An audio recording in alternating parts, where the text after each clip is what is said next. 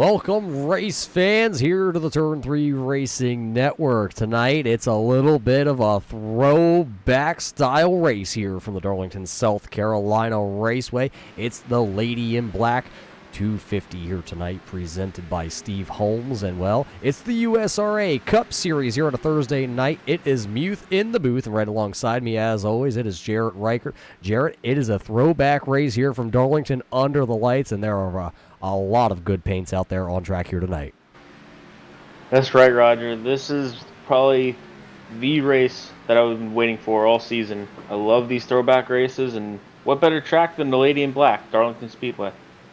Yeah, it's one of the most trickiest tracks that you will ever find to race. And right here, these guys here on the iRacing simulated platform will be able to get a little bit of a taste of how it feels to be an actual Cup driver out here on this famous 1.3-mile raceway. It's going to be a tight track out there tonight. A lot of these guys you're going to see, we're not showing you exactly who's got what paint just yet out there on track, but a lot of these guys who brought these freshly wrapped old school paint schemes are going to be up into the outside wall. They're going to call it a Darlington stripe, dancing with the Lady in Black, they may say.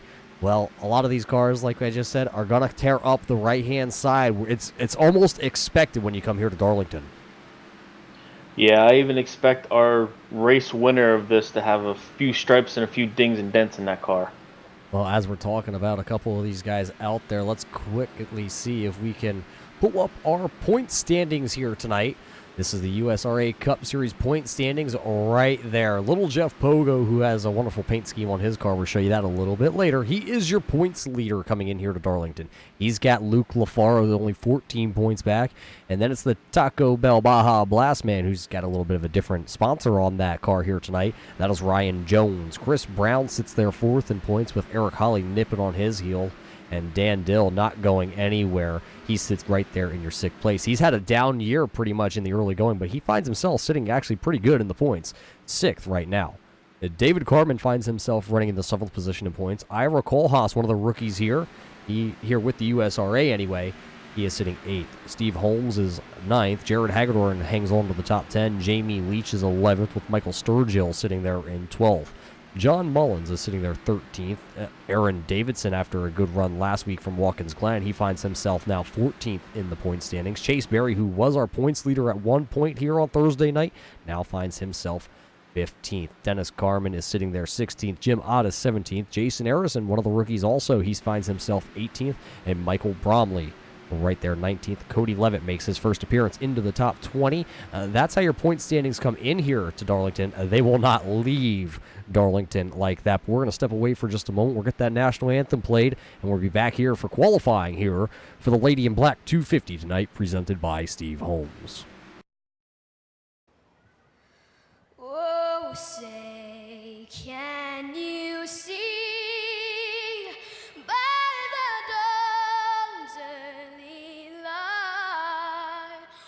So proudly wailed at the twilight's last gleaming, whose broad stripes and bright stars through the perilous fight o'er the ramparts we watched were so gallantly streaming. And the rackets regular, the boats bursting in out, gave proof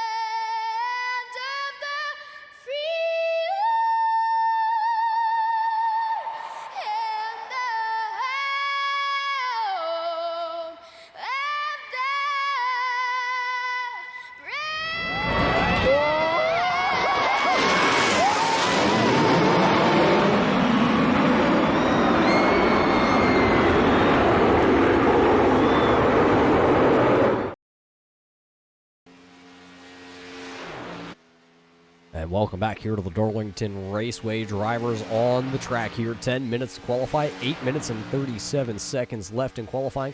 And one of the drivers that are out there on track, as you saw sparks fly going down into turn 3, that is going to be the 81 of Dan Dill. He was on top of the boards there until, well, a couple of his other competitors just went across the line and bumped him back. Let's see on lap number 2. He was a little bit slower, so Dan Dill not going to be able to improve his spot as his square D number 81 is slotted right now in your 6th position here in qualifying. The fast time, though, right now is held by the driver of the number 8, sponsored here tonight by Miller Lite. And, well, it's a Rusty Wallace throwback there, Jared, and he finds himself sitting in 8th. Or sitting in 2nd in the 8th car. Yeah, a few Rusty Wallace paint schemes here tonight. Not quite sure. I believe the 2 of Jamie Leach is also running an old Rusty Wallace paint scheme. Right now you got Jordan Smith at the top of the charts. Yeah, Jordan Smith at the top of the charts. Haven't seen Jordan Smith as much as we have in a couple other years, but here we go. We got Aaron out there on track, and his number 3's STP Chevrolet, and he finds the outside wall with that number 3, so his first lap is going to be his best lap, and he's going to go 10th on the board. Let's see, we got another driver out here on the track. It looks like here we got the number 24. Tonight, Jeff Pogo, sponsored by Sim Speed Shop. And, well, he's got a pretty interesting throwback out there. It was actually made by another one of his competitors. Usually you see Jeff Pogo making his own paint schemes here to run on a Thursday night.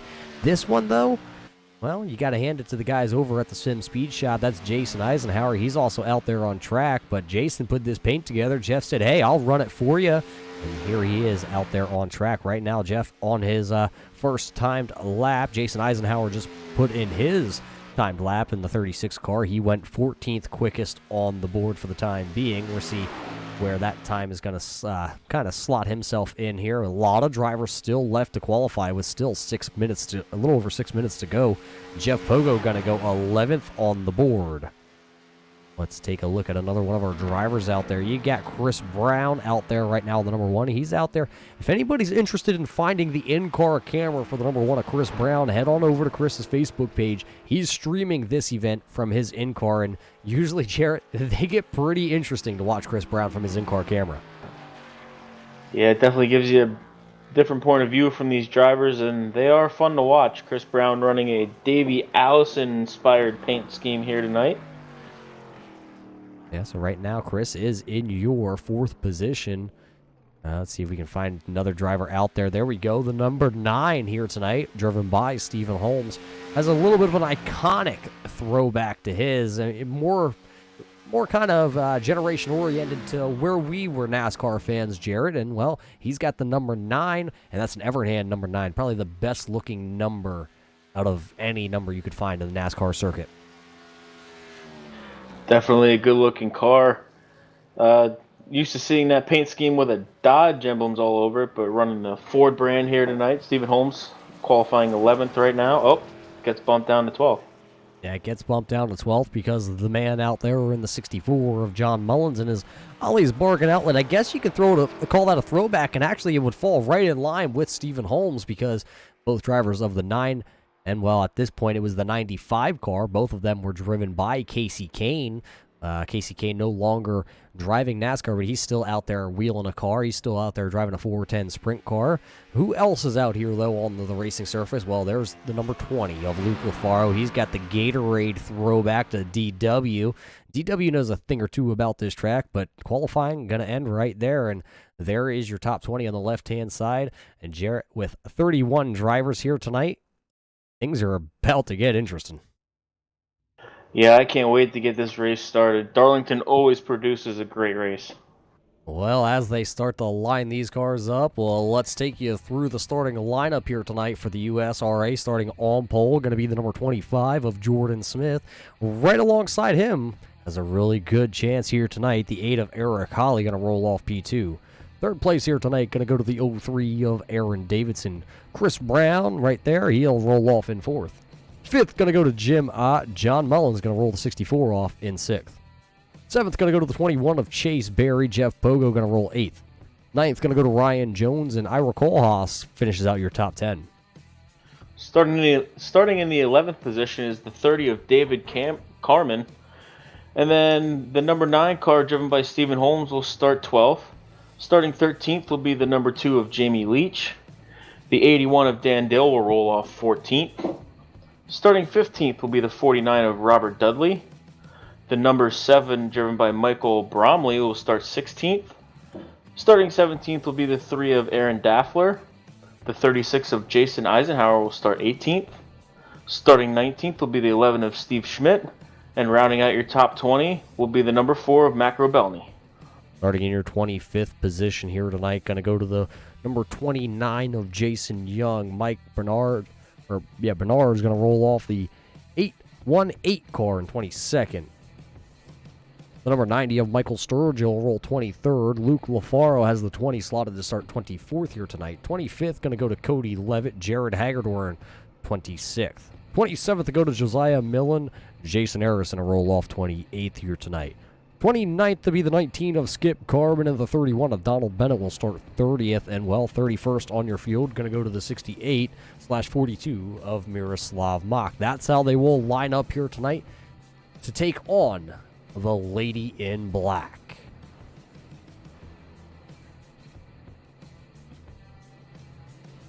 Drivers starting to roll away from their grid position. Looks like everybody but one driver actually took to the grid here tonight. The 22 of Jared Hagedorn not making the call to the grid. I believe I do see him down on pit road, though, so he will just try and play it safe. That's not really that bad of a idea here, Jared, because Tuesday night's race here for the XRS, the Xfinity side things of the USRA, was a little hectic. Yeah, we have those races from time to time, Roger. These Cup cars drive a bit differently, so I expect them to clean it up here tonight. Yeah, 550 horsepower on a worn-out, sandy surface here in Darlington. As you see all these drivers starting to get some heat in the motor, heat in the tires, and we're going to drop the green flag here in just a moment. Going to be 170 laps here in South Carolina. The track temp right now at a very cool 80 degrees, so a lot of grip is going to be out there tonight as that iRacing pace car makes the left-hand turn down towards pit road for the first time here.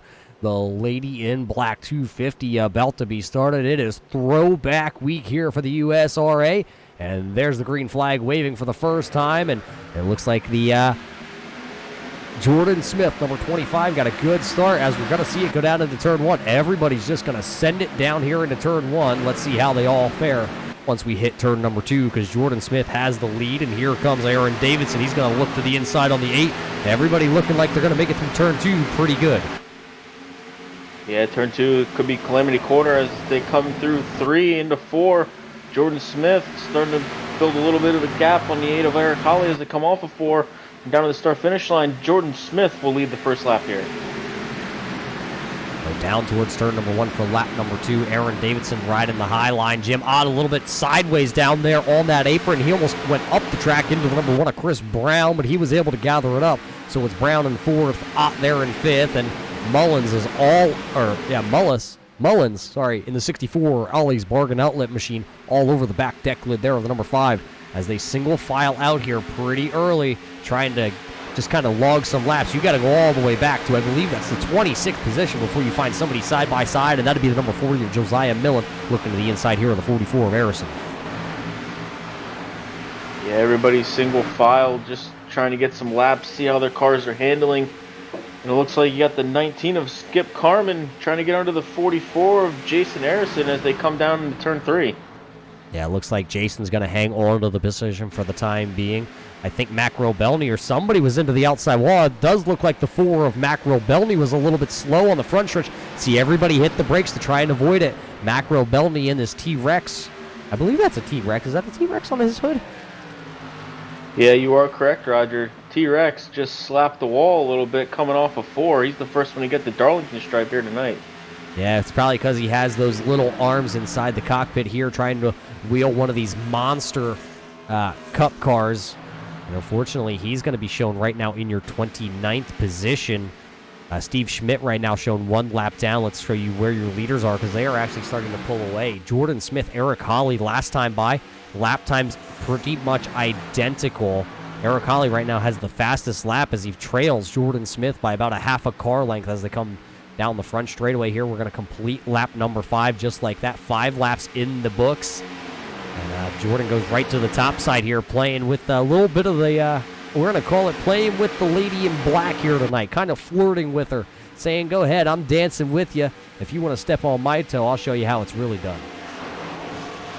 Yeah, the high line up against that wall is definitely the fast way around this track, but you can also find yourself in quite a bit of trouble just as quick. Yeah, Chris Brown right now looking to the inside here on Davidson machine. Coming down the front straightaway, Davidson going to let go. Oh, Jim Ott almost up the track on the bottom. Not a lot of room. Turn 1 probably has the most room out of every turn, but Jim Ott going to lose a lot of times. Here comes John Mullins in that 64 car to the outside, but Jim Ott's going to be able to put the power down the backstretch, and he will accelerate down towards turn number 3 and have that 5th position with the number 5. Jim Ott holding off the fight of John Mullins in that 64 car. Looks like John Mullins, nope, tucks back in behind Ott, fighting for that top 5 spot here. And John Mullins looks like he's going to go to the inside as they come off of turn 2, trying to get to his door coming down the backstretch. Oh, turns the 5 of Jim Ott down into turn number 3. Nowhere for a lot of these drivers to go, and that's going to bring the first yellow out here. Oh, boy, that was a hard hit for the number 5 of Jim Ott when he got down there into turn 3 with everybody riding the high line here. And like we said, it's mainly a one-groove track here from Darlington. A lot of cars got wrapped up in that. I believe I saw the Jeff Pogo 24 also wrapped up in that. And I think the 38 of Cody Levitt may have also got a piece of that. We're going to throw it back here, though. We will show the replay here and see what happened with the 64 of Mullins and the 5 of Jim Ott as they came down the backstretch, down towards turn number 3. You see the 64 just trying to side draft, and Ott maybe just down the track just a little bit. Looks like the 21 there of Chase Berry nowhere to go, Pogo nowhere to go, and a couple other guys like Jamie Leach just squeezing through there. My mistake, I thought I saw the 38 wrapped up in there of Cody Levitt. He was not wrapped up in that caution flag. So let's throw back just a little bit there. You see it once again. Let's see if we can see it just over top. You see everybody come barreling in. Pogo nowhere to go. 21 of Berry nowhere to go. And then the number 2 there of Jamie Leach just squeaking by there, threading the needle. So that's what brings us, or puts us under our first caution flag of the night, Jarrett. We had 9 laps in, and looks like everybody is headed down pit road. They had enough on these tires already. Yeah, everybody, I think tires are going to be the name of the game here tonight. Everybody coming down pit road for some 4 fresh Goodyears and a full tank of fuel.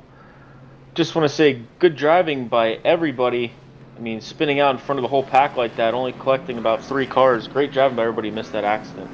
Yeah, it looks like a little bit of I was going to say strategy, but I believe the 29 of Jason Young, who is showed as the leader, I think he may have missed his pit stall. I don't see a pit time actually shown for the 29 of Young.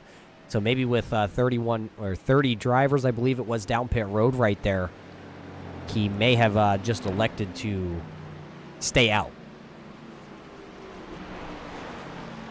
Yeah, maybe a bit of a strategy call here by the 29 of Jason Young. Have to see how this plays out.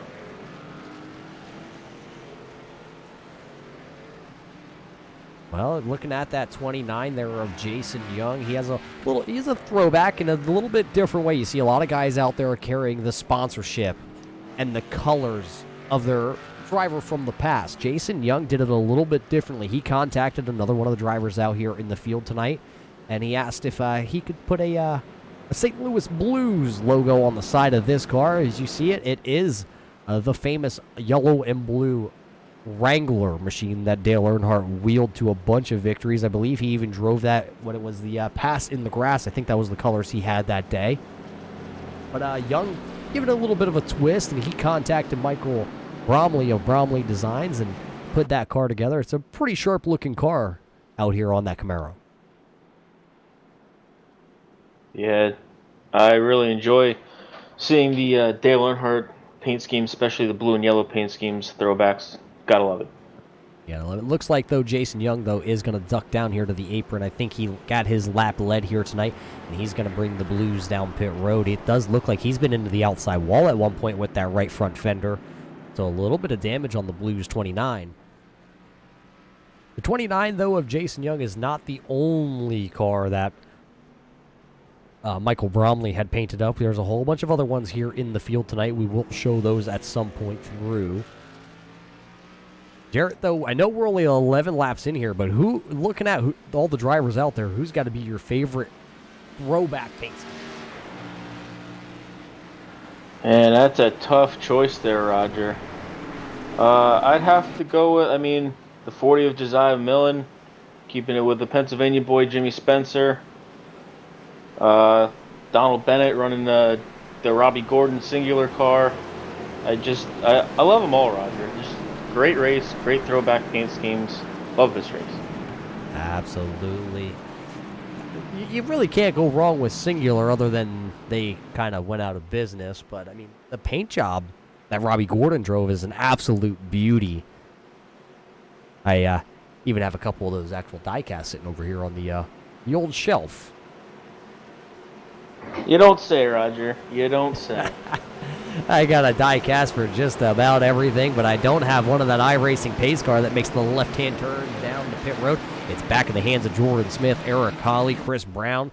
John Mullen's going to start our first two rows here on lap number 13, and we have all drivers out there on track right now except for Chase Berry. Jim Ott is also down pit road along with Matt Grohl-Belney, and look at that start that Jordan Smith is going to get. He'll leave everybody in the dust, and he'll leave them trying to defend and fight to see who can go single file. Right now, we're looking at, I believe that is the 46 there of John Mullins come off turn number 2. He's under attack by the 91 here of Ryan Jones as they go down towards turn 3. Jones was not able to get the run to try and pass that 46. So he'll go single file for your top 5, top 6 positions. It actually looks like just about everybody. You got to go to Luke LaFaro, who was thinking about going to the inside there on the number 30 of David Carmen, but he stuck the Gatorade machine back in line, and he'll just ride for the time being.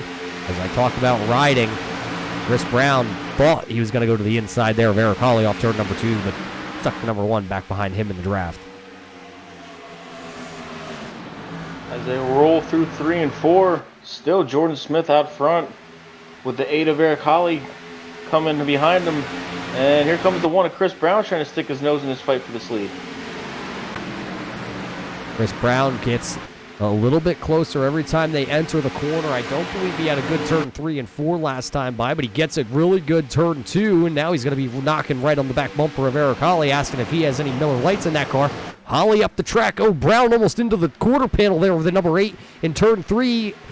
Brown had to lift, and that allows Eric Hawley to kind of get away once again. Everybody throughout the field, look at them. They are all single file. There is nobody really trying to put up too much of a contest as we talk about single file. Aaron Daffler, though, going to go to the inside here of the old Dick Trickle paint scheme, driven by the number 90 of Michael Sturgill here tonight. So that'll move Daffler now into the 11th position. Aaron's on the move.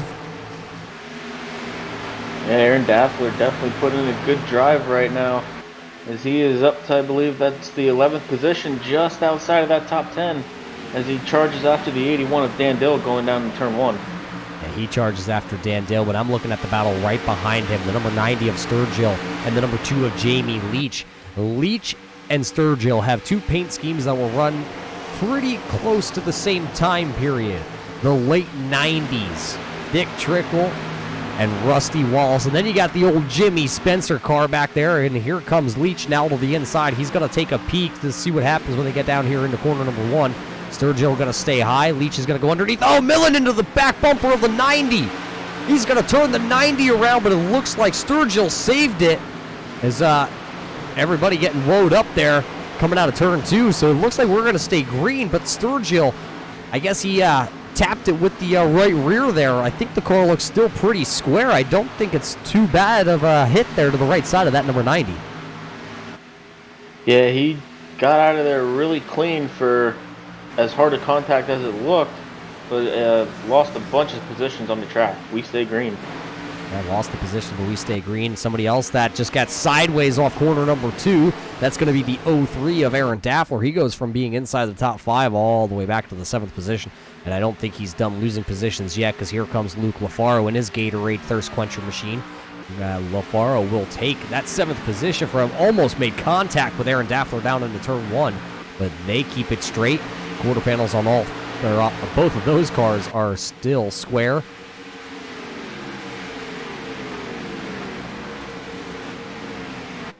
Right now, Jordan Smith still leading the way with his AT&T. Is that did we call him Carrot Top back in the day? Yeah, that is Carrot Top on the front of his car. As Chris Brown, we didn't catch it. I didn't catch it anyway. He's losing a bunch of positions on the track. He's back about the 7th, 8th position. Well, if you take a quick peek at his right front, you can tell why. He's been into the outside wall, but Luke LaFaro, remember, he just got to the top 10, and he's not done. That man just passed Ira Kohlhaas for that 5th position, so Big Country now back to 6th, and little Luke LaFaro, who's California dreaming. It's good to see Luke LaFaro here. Jared, I know a lot of things happening out in California, a lot of power outages in California. Fortunately for the driver of the number 20, he has power. He is here. Unfortunately for the driver of the 00 of Doug Ungari, as we're back under caution flag, I believe that's Josiah Millen has gone around, and I think that's the 11 there of Steve Schmidt finding him. But the 00 of Doug Ungari not being able to make the call to the show here tonight as the power outages in California kind of grabbed him. But let's take a look back. We know the 40 and the 11 are wrapped up in this incident. Let's go back and see what happened. We know Millen was out there running right around, I believe that was the 14th spot at the time. Here comes Cody Levitt to the inside of the Alka-Seltzer 38 car. Millen goes to the high side. He just finds the wall. The Camel car turns left. He goes to correct it. Miroslav with nowhere to go in that number 42 or 68 car. And then, oh, look at Steve Holmes just makes it. And then Steven Schmidt, nowhere to go, finds the side of that spinning number 40. We'll throw it back here just a little bit farther and see if we can grab an onboard camera with the number 11 here. Let's go onboard from the cockpit view. Camera just off to the right of the driver's helmet as he comes down the front stretch here. You're going to see it all kind of unfold in front of him.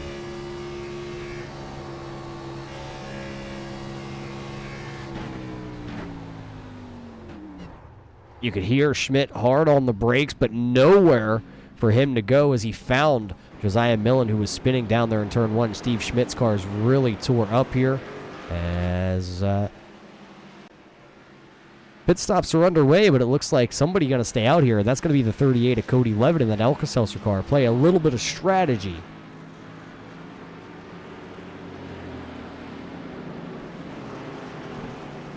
Everybody that came down pit road, though, it looks like Jordan Smith's going to put 4 fresh tires on that 25 Toyota. He'll come out of pit road first with four tires, and then it'd be the 64 of Mullins. Then it's the 8 of Holly LaFaro, Ryan Jones, Ira Kohlhaas, Aaron Davidson, Aaron Daffler, and Dan Dill. Robert Dudley, the 10th car off pit road, shown in the 12th position right now. Looks like the 38 of Levitt is going to make his trip down pit road. Yeah, he's got that Alka-Seltzer Grand Prix car, and I think he was just out there to get a bonus point because, you know, bonus points do matter here. There was no chase format here with the USRA Cup Series. It is straight up points, so they're going to tally them up, and once we get to the end of the year, it could come down to 1 point. A couple years back here for the USRA Truck Series, the TNT Truck Series, Cody Levitt was actually your points champion by 1 point. And it all came down to coming off turn 2 at Miami. That 38 truck went to miss a spinning truck down the backstretch, and he almost dipped the left side tire, left side rear, we're going to be exact, because I still can picture the screenshot that Jeff Pogo had posted on social media over on their Facebook page. It was literally take your iPhone and put it on the ground, and that was the width of Cody Levitt almost losing his bonus points for a clean race at Miami, which could have cost him a championship. Absolute crazy. That 1 point that he just got here tonight for leading a lap could come down to that. Yeah, and I guess if anybody would know how important 1 point is, it would be Cody Levitt.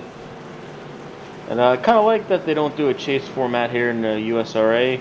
Got a throwback race here, throwback format for the series. I like it. Yeah, well, Cody enjoying that old point system still.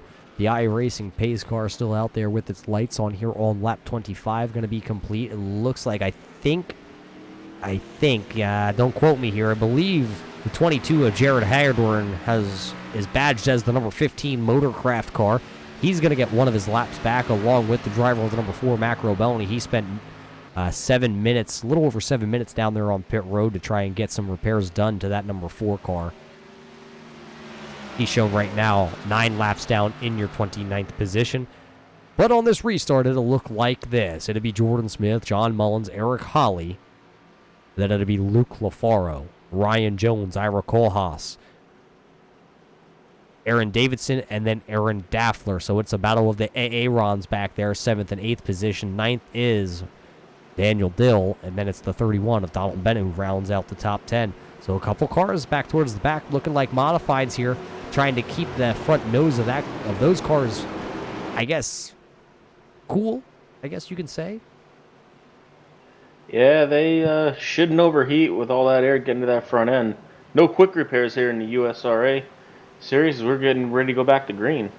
That iRacing pace car was down on the way, and now we're just waiting on the 25 of Jordan Smith, and he gets one heck of a start. It looks like 64, though, of Mullins was a little bit slow coming up through the gears. That allowed the 8 of Eric Holly and his Miller Lite car to get to the inside, and now it's going to be a battle to see who can get to turn 2, who's going to have to lift. Well, there goes Eric Holly. He gets through. Now here comes Luke LaFaro. LaFaro going to look to the inside on the 64. Well, but he bobbled off turn number 2, going to lose all the momentum. By the time they get to turn 3, he'll have to settle for the 3rd spot for the time being. So Jordan Smith nailing another restart. As, that 64 got a little loose that time off turn number 4.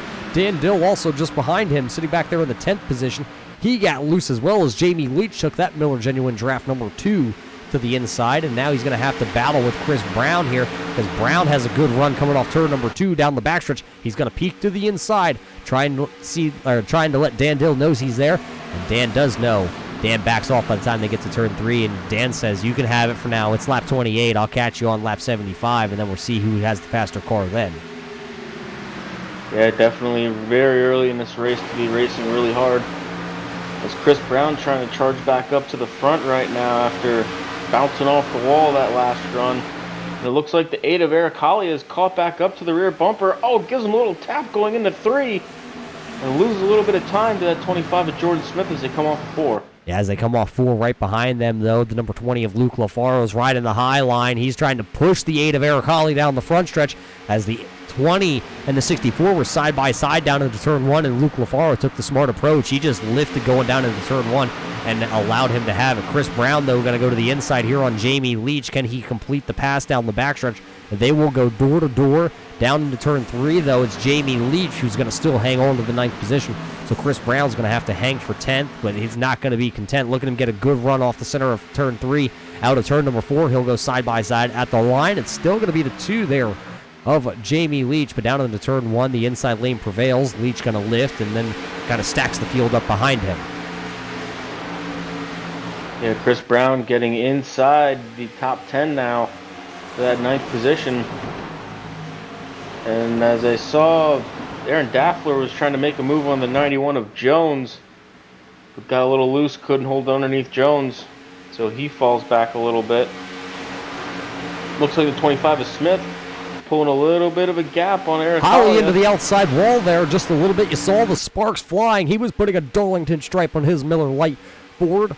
And, well, it's just a scratch. It'll buff out, right? Yeah, he's just getting out of the way. That way it's done. He's going to keep on trucking towards the front. Maybe he was cracking open another one of those cold Miller Lights that I know he holds there next to his sim rig.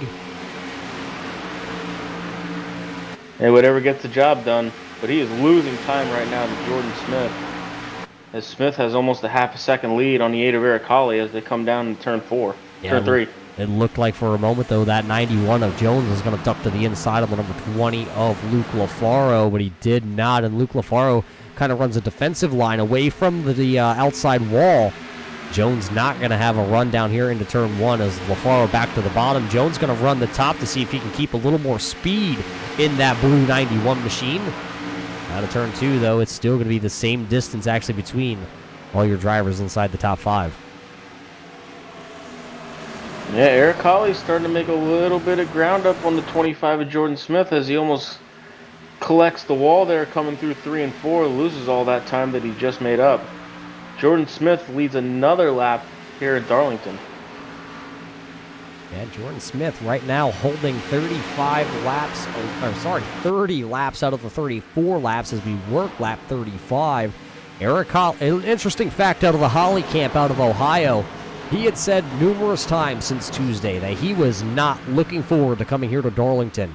And what does the man do when he goes out there on track? He puts that forward right there on the front row of the field here tonight.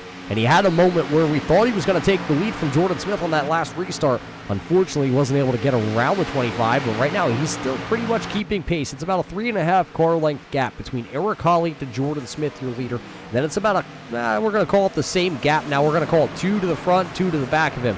John Mullins is right there as he's starting to lose a little more ground, actually, as you see sparks fly off the 25. I don't believe he actually made contact with the outside wall, but iRacing and the internet connection here decided that he did make contact, even though I don't think he really did. Well, I mean, sometimes iRacing knows better than you do, Roger, but that's neither here nor there, as Jordan Smith still leading this race. But the 3 of Aaron Daffler is all I over think as the Ryan 25 Jones was into the wall. 25, your leader of Jordan Smith into the outside wall down there in turns 3. He's been trying to gather it up on the front stretch here. He finally gathers up that call AT&T 25 machine, but he's going to lose the lead. Eric Holly's going to take the lead, and I think Smith was into the wall once again down there in turn 1 and 2 as he smacks the wall coming out of turn number 2. A big wiggle and lots of damage on the right front. Here comes the 91 of Jones. He'll take the position away. Put Jones to 4th and Smith up against the fence. He's trying to come back, but there's not a lot of room up there. Ooh, contact between the two off turn 4. What racing between Jordan Smith and Ryan Jones. I think they actually both smacked the wall at the same time, but Jordan Smith got the worst of that, and now he starts to pull away from the 91 of Jones.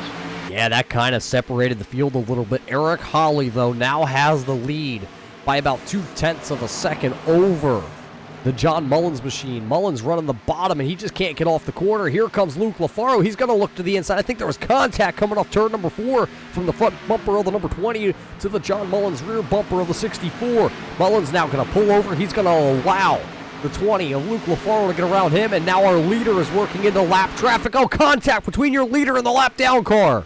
Holly now has front end damage and lost the momentum. He's going to block the 20 down there in turn 3. Holly in the lap car of Jared Hagedorn not playing nice. There is just nowhere to go here from Darlington, nowhere to escape away, and I think Smith was into the wall again out of turn 4. Smith, as he looks to the inside of the 64 of Mullins, and he loses a lot of time there. He's been bouncing that thing off the wall for the last couple laps trying to get back to the front. Yeah, now your leader of Eric Holly going to have to work with another lap down car. That's going to be the 24 of Jeff Pogo. Pogo actually is on the lead lap, and he's going to have to fight with Eric Holly. He is actually not going to put up any kind of a battle because that 24 car is absolutely destroyed in the front end. No front bumper. That car is aerodynamically challenged. I'm talking about aerodynamically challenged as Jordan Smith into the outside wall once again. How much damage is actually done to the 25? We see a wrinkled fender. And the side panel, the 91 is sideways just behind Ryan Jones, who was sitting in the 5th position, was sideways out of turn number 2. He got a bump, I believe, from Ira Kohlhaas after he was already sideways. Kohlhaas gathered it up faster than the 91 of Jones. Jones going to lose a couple positions, but he is right now in the 9th position. But a ton of damage now on that 91 machine.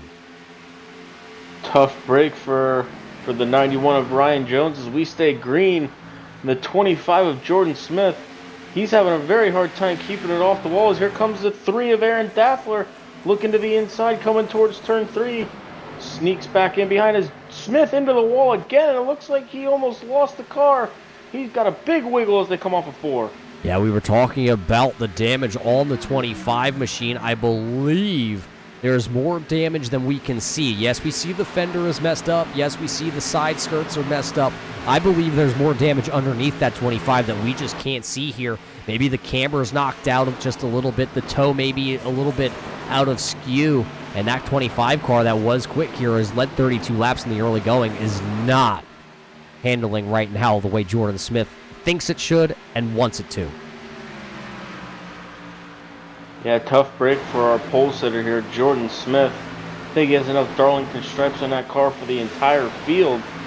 As he is back, he's still in the top 5, still fighting, but definitely a lot of damage done to that car. Yeah, he is definitely losing ground to your leaders, and Eric Holly still leads the way here. And then it's Luke LaFaro, John Mullins, Aaron Daffler, then it's Jordan Smith. I recall Haas does, after a little bit of damage run in with Ryan Jones. I recall Haas here still runs in your 6th position. Jamie Leach in his Grand Prix, number 2. He still sits there in the 7th position.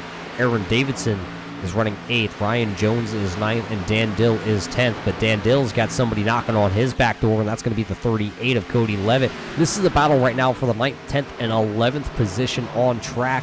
As you see, I believe that was the macro belting machine down there on the inside apron, just trying to stay out of the way. Right now, though, Jones has this position. Dill wants the position, but I think Levitt right now has the faster of the 3 vehicles. Looks like Dan Dill has been into the outside wall a time or 2 with that Square D number 81, and we know Jones has a bunch of damage. I believe the Alka-Seltzer car by Cody Levitt probably looks the cleanest. Oh, Dill with a little bit of a wiggle. I say little. That was actually a pretty big wiggle. I bet if we go back and watch the hands of the 81, as Levitt is going to get around him. Levitt's going to go to the 10th position. Now he'll try and work on the 91 here of Ryan Jones. Yeah, Levitt started 25th, and he is up to the 10th position now on lap 48. Levitt has quite a bit of damage to the right side of that car, but he is still charging through this field as he works on the 91 of Jones. Jones with a big wiggle off of turn 2. Levitt's going to go to the inside in 3 and clear Jones as they come through 3. Yeah, Jones just pulls over at that point. He'll pull down in front of Dan Dill, though. Look at Dan Dill. He thought he was going to go to the inside, and then when that 91 of Jones came down, how tight that Square D 81 got, and it kind of just went straight up the track on him, and he had to really back out of the throttle. He lost a ton of momentum, as now he'll get back into the throttle, but Levitt now going to try and pull away from these guys. He's got about 2.5 seconds. We have somebody down. That is the Aaron Daffler machine. We were just about to talk about how Aaron Daffler was 2.5 seconds up. Well, right there, that lead is gone. Aaron Daffler brings out the yellow here on lap 49. And I think this might just be a self-spin by the 03 here of Daffler as he tries to get her pointed in the right direction. Oh, let's throw it back here on this replay and see what happened with Aaron Daffler. He was running in the 8th position at the time of the yellow, and he's all by himself as he comes down here towards turn 1. Let's see what happens to the driver of the 03 off turn 2. Oh, you see Jamie Leach actually into the outside wall before Aaron Daffler. Daffler then tried to go around the outside of the number 2 of Jamie Leach, and unfortunately gassed it up just a little too much and into the outside wall for Aaron Daffler. He bounced it off the wall. He spun it around. He tried to keep the 03 off the racing surface. Unfortunately, iRacing caught the front wheels of that car just on the racing surface and not up to minimum speed. So that's going to bring us under the yellow flag. And I believe yellow flag pit stops are happening here for your leaders. I think everybody's just about down pit road except for the 03 of Aaron Davidson, who's going to try and take a lap lead now that he's already lost his clean race bonus. So at this point, you were out there for about 25 laps on that run, Jared. Is it still 4 tires? Yeah, I think it's still 4 tires. I'm just trying to figure out if it's Aaron Daffler or Aaron Davidson. I believe it's the 03 of Aaron Davidson, but I'm really confused right now. But I believe it is 4 tires for everybody on pit road. Well, you might be confused. We might be confused because we got too many Aarons, but it is Aaron Davidson who's staying out there, who did bring out the yellow.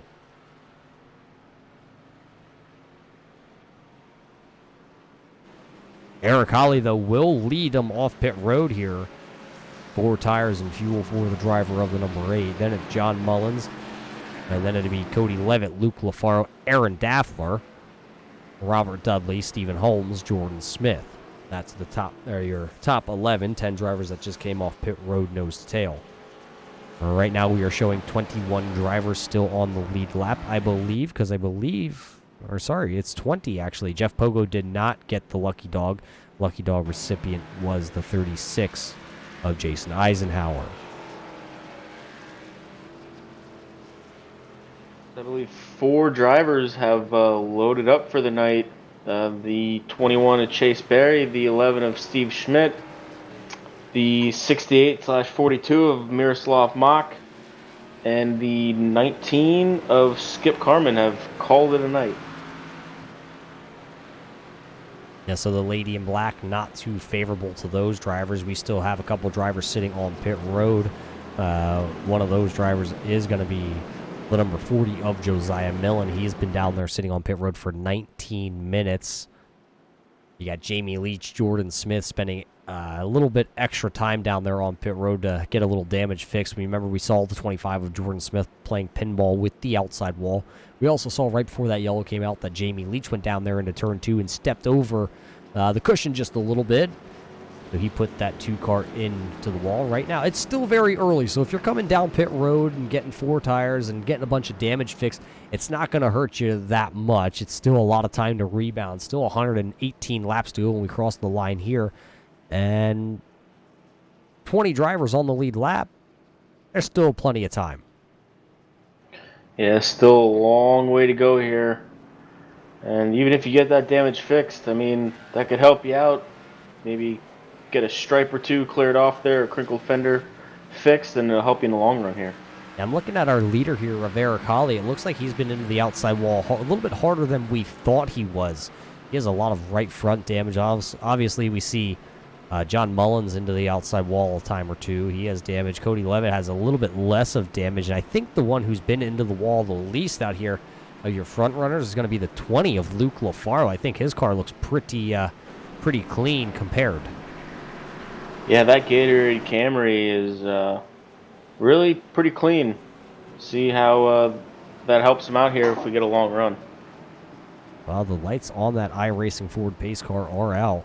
It's going to be Holly, Mullins, Levitt, LaFaro, Dill, Dudley, Holmes, and Bennett. Kohlhaas and Young round out the top 10 here as we're about to go back green flag racing on lap 54 when we take the green flag. And, well, it's been exciting so far, so I can't believe the next 117 laps are going to be anything but exciting. Eric Holly gets a really good start. Once again, that outside lane there with the 64 in it just did not go. Look at Cody Levitt. He's going to look to the inside here of John Mullins down into turn 1. He has the preferred line, though. Can he clear the 64 by the time they come out of turn number 2? Because Mullins is on the loud pedal, and he's not falling back, so he'll get the run down the backstretch. Here comes Luke LaFaro. He's going to jump back to the outside lane. Cody Levitt didn't make the passes. Oh, he's down to the apron. Not sure what happened there to the 38. He was down to the apron. He's going to lose a bunch of positions. He's going to go from second all the way back to running in the 7th position. Stephen Holmes just got around him in the Ford Dealers number 9. So Eric Holly here on this restart does it perfectly once again here with that Miller Lite car. He'll take the lead, but Mullins is all over the tail end of that 8 car. Yeah, Mullins peeking to the inside here as they come down the backstretch. And they're door to door as they come through 3 into 4. Still side by side as they come off the 4. Mullins can't quite clear the 8 of Holly as Holly's starting to edge away from, and he will lead another lap here at Darlington. Yeah, Holly down into turn 1, going to take the air away from the 64 as he puts his Ford Mustang right in front of him. Look at Holly with a little bit of a wiggle there between turns 1 and 2. He'll come out of turn 2, though, still as the leader. And look at your top 4 cars. They have really put a distance on the next guy, which is sitting there in your 5th position. And that is Robert Dudley in the 49. Then it's Stephen Holmes. It's the first time we've seen the 49 and the 9 inside the top 10. They're running actually pretty strong here. 5th and 6th as Eric Holly still is under pressure for the lead. Yeah, here comes Mullins to the inside of Holly as they come off of turn 2. And Holly with a great run. Mullins must have slipped a little bit. Here comes the 81 of Dill to the inside of LaFaro as they come through 3 and 4. They're side by side. Yeah, Dill trying to come up the track to slide in front of the 20 of Luke LaFaro. He's not going to be able to. Off turn 4, though, he will finally complete the pass. The 20 of Luke LaFaro going to give the 81 a shot down the front stretch, saying, if you want the position, let's go, big boy. Here you go. Dan Dill having a good run here from Darlington. Right now has the Square D car sitting there in your 3rd position. So a good move that time as we're back under yellow. I think Ryan Jones is involved in, Mike Barron's on his lid. The newly father trying to take a new approach here to running Darlington. So as he takes the tow back to pit road, we'll take the instant replay back and revisit it over top here. What happened to the 818 of Mike Barron's as you see Jamie Leach slowing up the wall. Mike comes off the corner pretty good. I'm not sure. This might have happened in front of him actually with Ryan Jones, and it did. Ryan Jones went into the outside wall and then off the front bumper of the 25 of Smith, and then Jones coming back across the track. Leach hits him, and nowhere for Mike to go in the 818. He just winds up as a spark show on his lid. Yeah, tough break for those two cars as Ryan Jones has called it a night. The Lady in Black gets another one. Well, another one bites the dust, as some say, if we're going to be throwing it back that far. But here comes everybody down pit road except for Jason Young. He'll stay out. Eric Holly leads the charge down pit road here once again. And, well, it's only been about 7 laps since the last time we saw all your leaders down pit road, so Young might be playing a little bit of a position strategy, as Eric Holly is going to play the strategy of, it's Darlington, and I want 4 fresh tires as many times as you can give me. Yeah, that's really not a bad strategy by the aid of Eric Holly. Would be interesting to see here if Jason Young does stay out on those old tires to see how they work against new tires. I believe, looked like the 64 of Mullins beat the 8 of Holly off pit road. Yeah, that's what I saw too. It was so close to call. You would have been able to call it really, just by looking at it, but it looked like Holly went to grab second gear, and the nose of that number 8 just absolutely hit the asphalt coming off pit road. As you see, still sitting down there on pit road is Jordan Smith. He's still trying to get damage repaired, as now finally the jack drops on that car, so along with Chris Brown. So right now it'd be Mullins coming out of pit road first. He beats Eric Holly, who's now shown third for the time being. And then it's Luke LaFaro, Dan Dill, Stephen Holmes, Cody Levitt, Robert Dudley, Ira Kohlhaas, David Carmen, and Aaron Daffler finishes your pit cycle of your top 10. Jason Young, though, staying out here, Jarrett. Maybe he knows something about old tires. Maybe they're up to temp, and that's where he likes them. Yeah, he must know something that we don't. I mean, that's why he's in the driver's seat and we're up here in the booth. We know 61 laps into this race, and I don't think there's a single car out there that doesn't have a bend or dent in their bodies.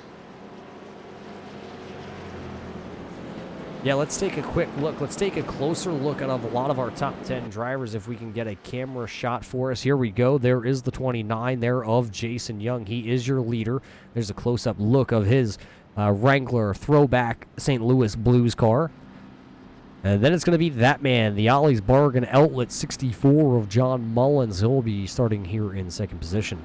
The number 2 out of Ohio, Eric Holly. He's got the Miller Lite car looking kind of like a crinkled up beer can when we go over to Pocono, Jarrett. That's kind of how that looks right now. He sits third. The Gatorade Thirst Quencher of Luke LaFaro sitting right there in your 4th spot.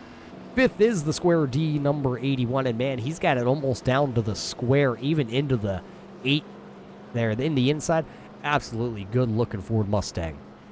The Ford dealer number 9 of Stephen Holmes right now is in your 6th position, and he's been keeping it fairly clean out there. Cody Levitt is shown in your 7th spot with his Alka-Seltzer Fast Relief Grand Prix. Robert Dudley has his ALS car sitting right there in your 8th position. A little damage on this machine. It is Big Country Ira Kohlhaas in the 33 sitting there in your 9th position.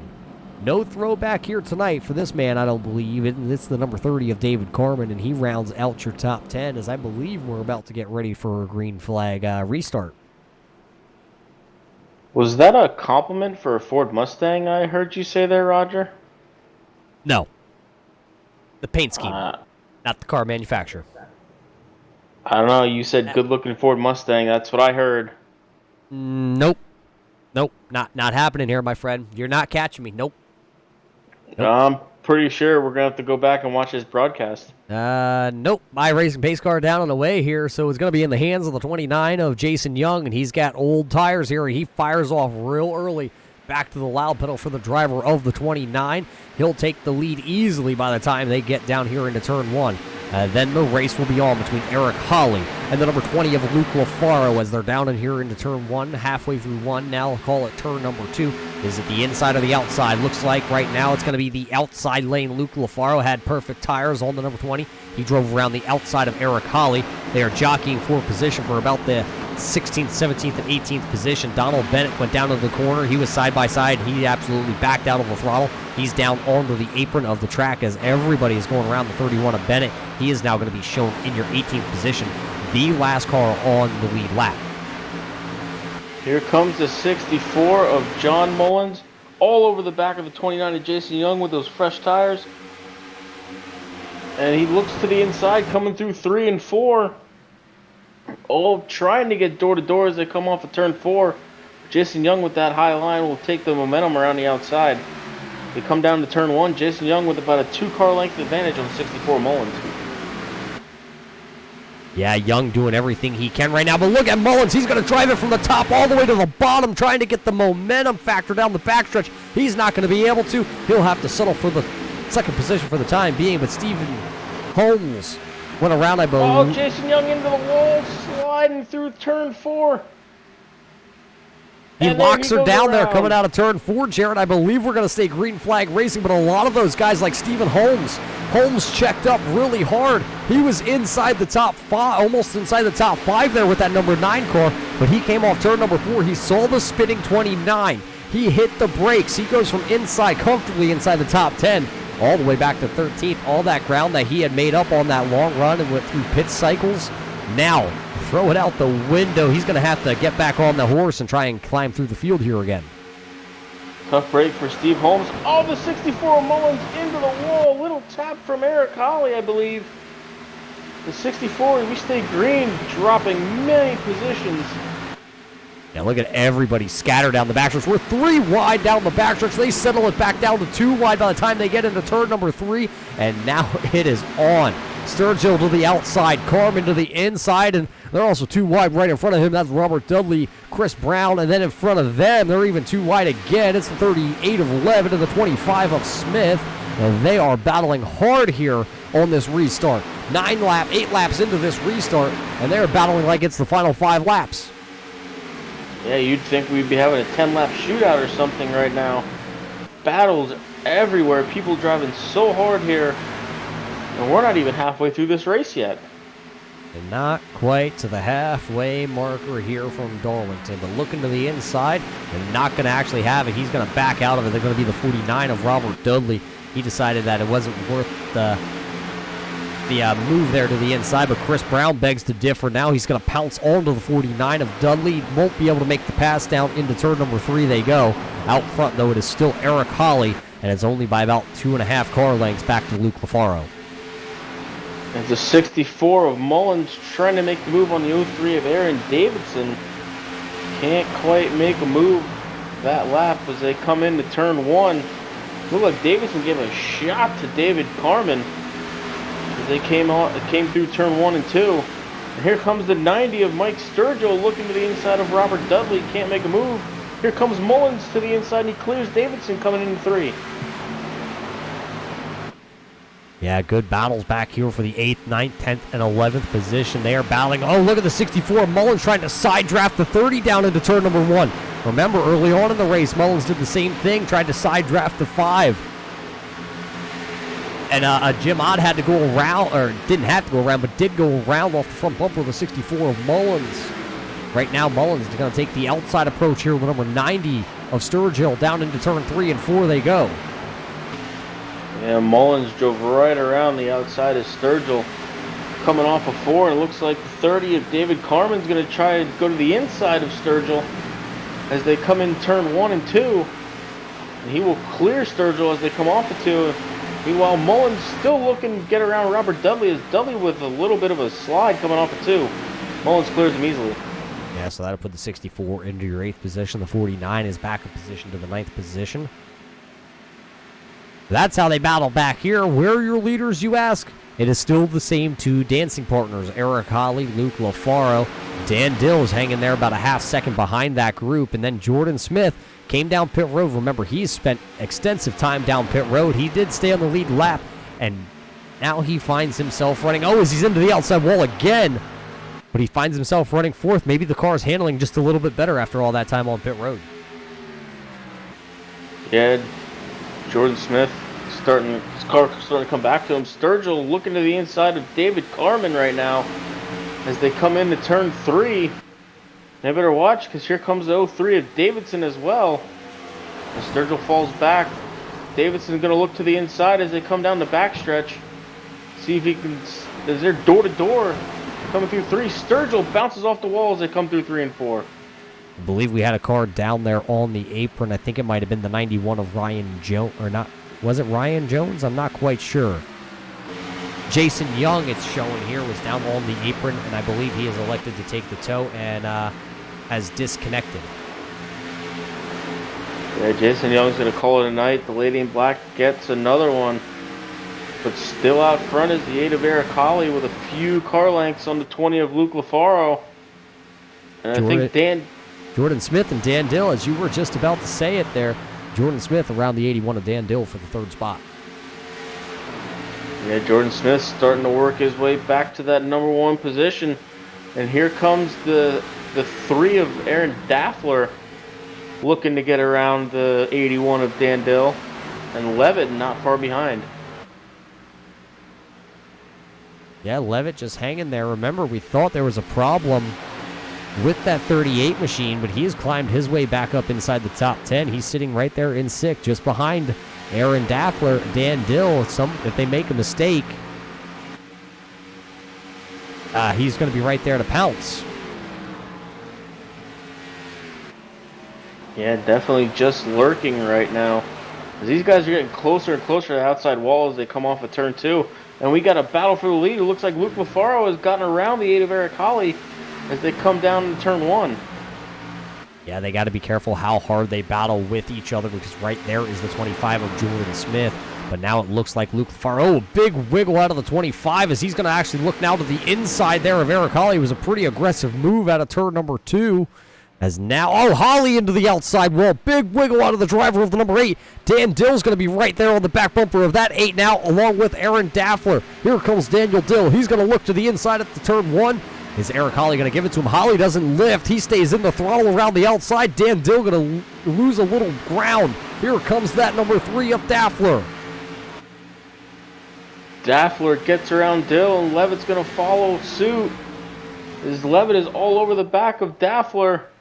As the 8 of Eric Holly starts to pull away a little bit.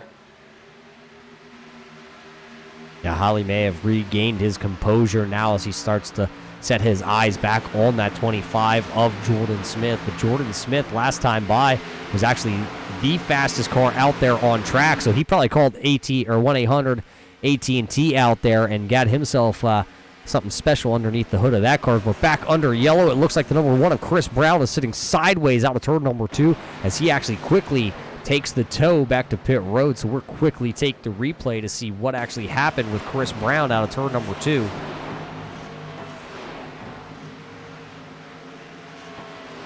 As you see him, he's just out there. He's riding the high line. He's running in the 7th position at the time of this all by himself.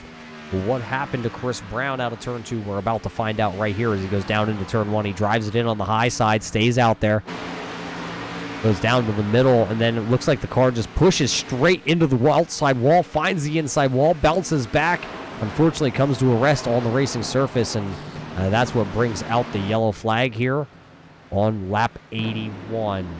Closing in on the halfway point, and the leaders are closing in on pit road again. Yeah, all the leaders coming down pit road. That was a tough lick for Chris Brown, and he has loaded up for the night. And Josiah Millen has also loaded up for the night. Tough break for Josiah Millen, who found himself inside the top 20 for a handful of weeks, and last week unfortunately lost the top 20 as he was 21st in points coming into the night. A 28th place finish here from Darlington is not going to help that, but what can help somebody here is Jordan Smith having that number 1 pit stall. Can he get 4 fresh tires on that car and get back out in your lead? Comes in second. Can he come out first? Luke LaFaro had the lead coming down pit road, and you see the Gatorade machine already done with his service as there goes the 20 of Luke LaFaro. He wins the battle off pit road, and then it's going to be Aaron Daffler, Eric Holly, Cody Levitt, Dan Dill, Jordan Smith losing a bunch of positions. Jamie Leach actually staying out here. I believe he's going to stay out here with that Miller Genuine Draft car to lead a lap here. I think the 25 of Jordan Smith had just a little bit of damage yet to get repaired, and I think he just got that fixed. That's why he lost all his positions on pit road. He sat on pit road there for an extra 4 seconds to get some of that service done. So he'll lose the positions in the pit road, but he has a strong car here tonight and possibly making them back up under green flag. Yeah, about just under, I believe, 90 laps to go here. Plenty of time to make those positions back up.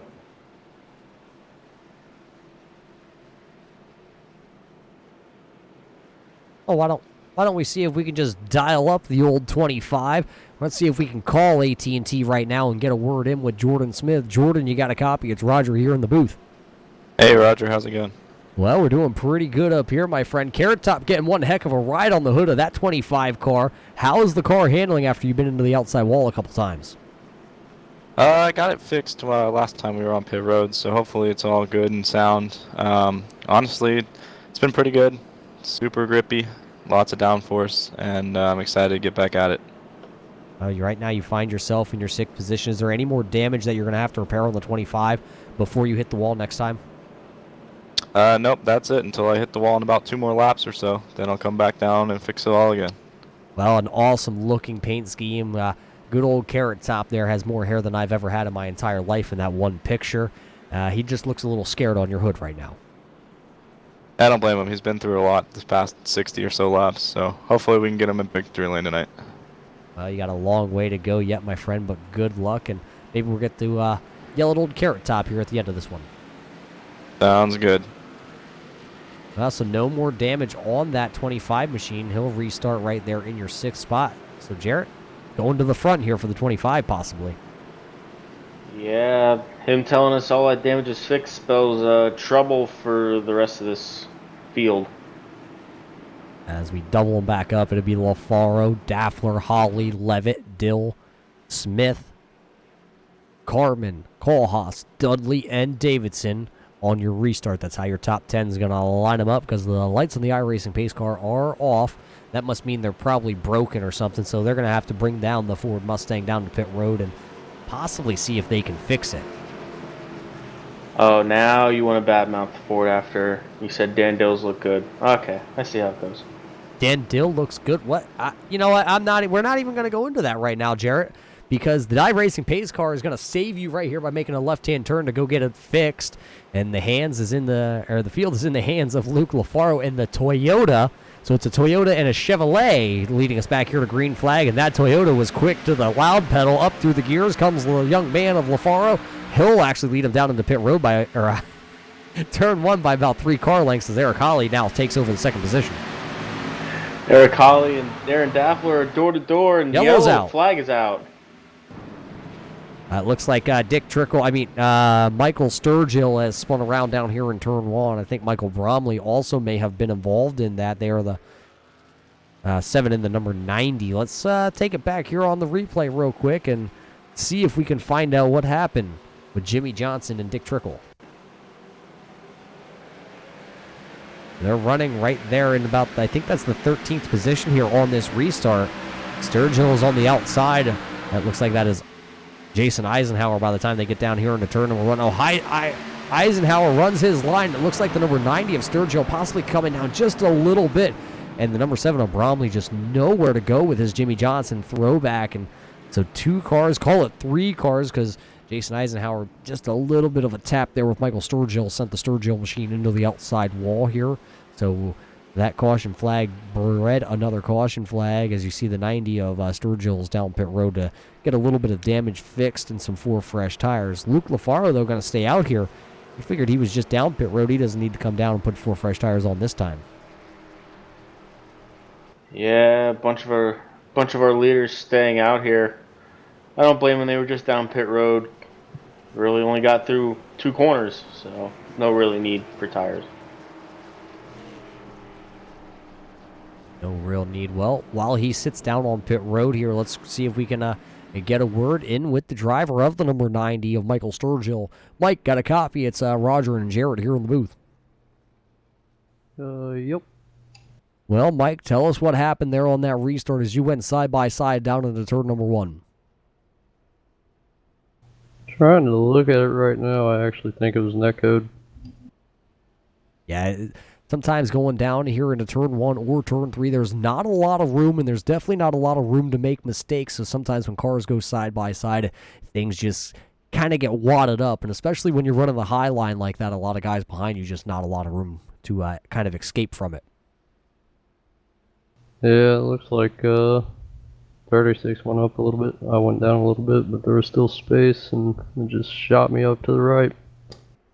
That's unfortunate right now. It looks like you're sitting outside of the car here as we're going to go another lap down. So 2 laps down. It still looks like the 90 has all 4 fenders on it. Are you going to be able to get that car back out there, or is it pretty much toast at this point? Probably toast. It's got 8 minutes of required and 8 optional, so I don't know how well it's gonna run. That's unfortunate. So Jarrett, possibly Michael Sturgill, done here tonight with a bunch of damage.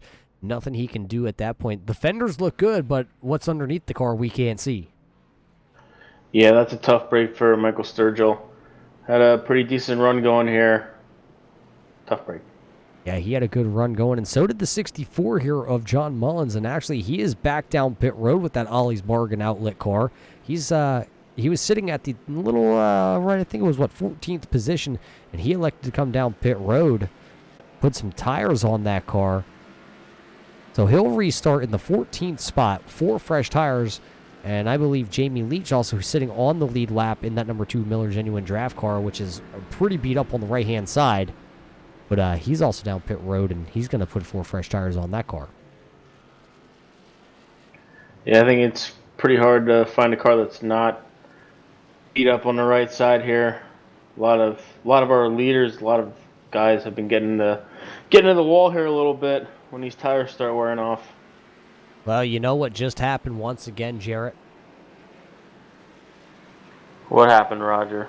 Oh, I was hoping you were going to get it. The lights on the pace car just went out. It broke again. It just went in real quick. They got it all tuned up. It came back out here onto the racetrack, and darn thing broke again.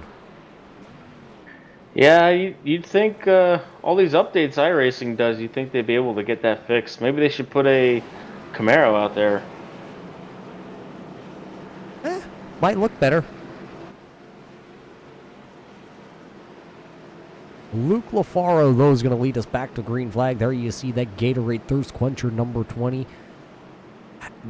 It's a beautiful throwback paint scheme, and what a better way to run Darlington. Throwback paints on a throwback track. What a night to remember it could be here for Luke LaFaro if he can hang on. As you see the iRacing pace car going down to get fixed once again in pit road. The field is in Luke LaFaro's hands as he comes out of turn 4. He accelerates. He got the car pointed straight, hit the loud pedal, and he is gone. Eric Holly got a good start, though, from the outside. He'll be able to hold second. Then it's Cody Levitt and Aaron Daffler down into turn 1. Is it going to be the outside lane or the inside lane? It looks like Aaron is actually going to get a better run through the center of the corner. He'll take the 3rd position. Levitt will fall into 4th. Dan Dill is sitting 5th, and he's got a mirror full of Carrot Top right now, sitting in the 6th position. Oh, Daffler into the wall, and Levitt and Dill get together, and we stay green, and there's another wreck. Jordan Smith and Dan Dill, caution is out. Oh boy, that one was a long one. Oh, Jared Hagedorn coming in and spinning the number 15 around. So a bunch of our front runners here getting involved in an accident. I believe that started all the way up front with the 38 of Cody Levitt. We'll go back and watch the replay, and we'll try and watch it from over top if we can get a really good angle. He went down into the corner. Aaron Daffler had to check up, and Levitt didn't check up in time. And unfortunately, it looks like a lot of net code involved with the 38 to the 3, and then they all wadded him up. Carmen tried to shoot the gap out of the corner. Unfortunately, is going to wrap up a couple other guys. Dan Dill, Jordan Smith, both front bumpers are off of those cars. Jared Hagedorn came in there completely sideways, missed everything. Lucky for the 22 or 15 of Jared Hagedorn. Well, let's throw it back here and actually see if we can find the onboard shot from Jared Hagedorn, because this all happened way out in front of him as we ride on board with Jared Hagedorn.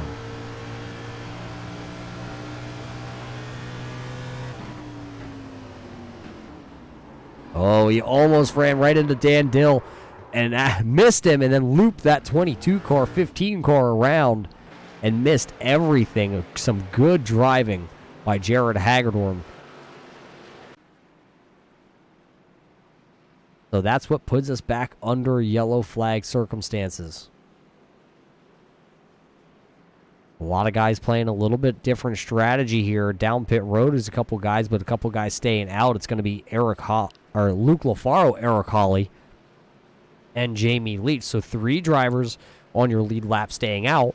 Handful of other ones down pit road, like the 03 of Aaron Davidson, John Mullins, Ira Kohlhaas, Stephen Holmes, Dan Dill with a lot of damage on the Square D 81 machine. Dan was having a really good run for himself, sitting inside the top 5 with the Square D car. Unfortunately, I don't think he's going to be able to get the finish he wants here tonight. Let's see if we can grab a word with the driver of the 81, Dan Dill. Dan, you got a copy of Roger here in your booth.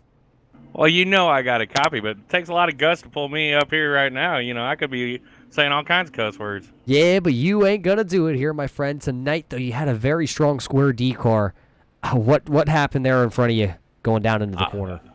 All I saw Deffler go sideways. I think he might have got some help, but we were all real tight. And then I lifted and just went low, and I guess somebody went through the wreck and come back and got me anyway. Yeah, so a lot of damage on the front end of this Square D Ford here, Dan. Yeah, come into the night inside the top 10 in points, and when you're halfway through this one here, you find yourself possibly being out of it. Are you going to be able to get back out there and try and grab a couple points, or is the Square D car pretty much toasted here tonight? Yeah, I'll go back out there. I'm not sure how many more points I got. I think 16 minutes are required. But yeah, I felt like I had a good car, and I was still, up until that point, with 0 incident points, and I was doing a lot of give and take, and just trying to have a good ride, and yeah, just got taken out. Well, it's been the same song and dance here for the driver of the 81. Another good run here tonight. Possibly going to be going to the trash, kind of thrown to the away side. It's unfortunate for Dan Dill. Just can't seem to catch a break here this year in the Cup Series, as he sits on pit road with a bunch of time required for repairs. But Luke LaFaro is still a California dreaming here in South Carolina. I wanted to say Southern California, where Luke LaFaro is from, but it's South Carolina. Then you got California up front here battling with Ohio. It seems like it's kind of been the battle all night long between these two. Luke LaFaro still holding down the fort. Holly is second, Davidson is third, and while that tore up Sim Speed Shop driver out of Pennsylvania of Jason Eisenhower has a new front bumper on that 36 machine, and he's actually going to restart in the 4th position when we go back to Green Flag Racing. Then it's going to be Robert Dudley. Stephen Holmes back up to the 6th position. Ira Kohlhaas is 7th. Aaron Daffler, after going for a little bit of a ride, the rear end of that number 3 STP car is pretty much junked up. They'll probably be selling that sheet metal off after the race here at Darlington. They probably won't even haul it back to the shop. He'll restart 8th.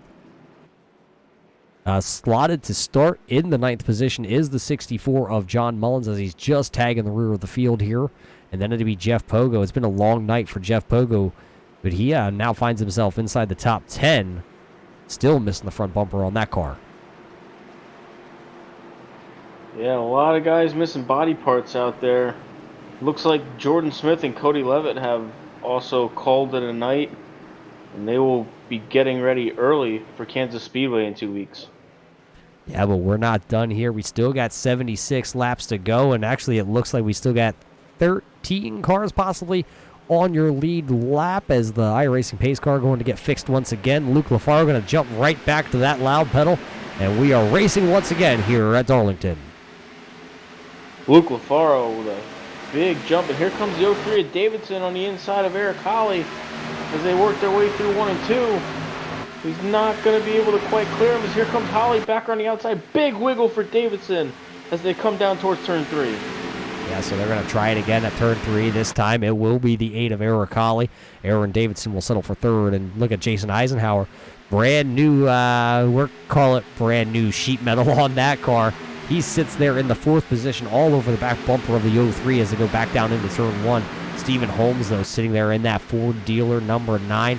That car is absolutely beautiful. He gets the Attaboy Award here from the turn 3 booth. That is probably the nicest, we're called the nicest paint job as he looks to the inside here on Jason Eisenhower. But it's also, at this point, at this stage in the race, the cleanest out there on track.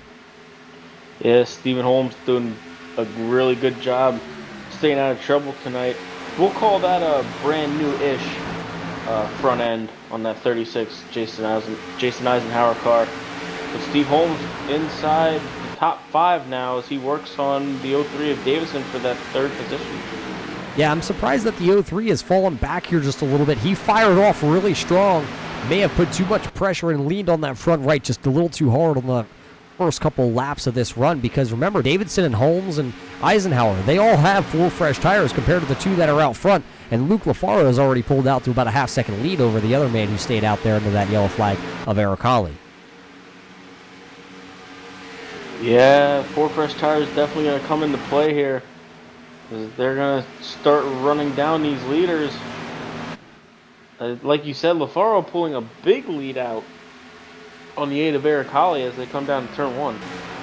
Yeah, so as those two go down there into turn 1, we're still watching the Aaron Davidson and the Stephen Holmes. Davidson into the outside wall. Holmes actually was nice enough to check up there. He could have went right into the quarter panel of that 03 machine, but he elected that his Ford Mustang was too nice looking to go up there and scratch it. So Holmes going to back off, and he'll just kind of follow in the wake of that 03 machine as they work around the number 90 of Michael Sturgio, who came back out onto the track. He was on pit road for, remember, numerous laps to get repairs done to the Dick Trickle machine.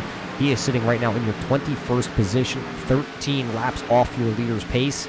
But it looks like with a couple other guys who have retired here tonight, if Michael Sturgill can stay out there, stay out of the way, and just kind of turn laps here tonight, he should be able to pick up, I believe I'm counting 4 positions right now on the timing and scoring chart that he could possibly gain. Speaking of picking up, Stephen Holmes picked up the 3rd position from the 03 of Aaron Davidson.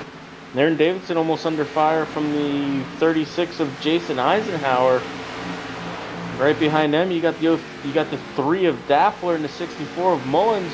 Mullins looking to the inside as they come into turn 3. They are door to door as they come through 3 and 4, but Daffler going to get that run on the outside, and Claire Mullins coming off 4. Yeah, both drivers having a bunch of damage on their machines here. Daffler, though, just a little bit quicker off that top lane. So it's LaFaro, Hawley, Holmes, Davidson, Eisenhower, and Daffler. And then it's Mullins. And then Dudley back here leads. We're going to call it another little bit of a pack. It's Dudley, then it's Cole Haas, and then that's a lap down car, the number 5 of Jim Ott, who's been numerous laps down here tonight. He's been trapped now 15 laps down with that Pure Ink car out of Michigan. Just can't get anywhere after that incident in the early stages. Yeah, it's been a tough night here for the 5 of Jim Ott. And caution is out. Oh, the 03 of Davidson is around.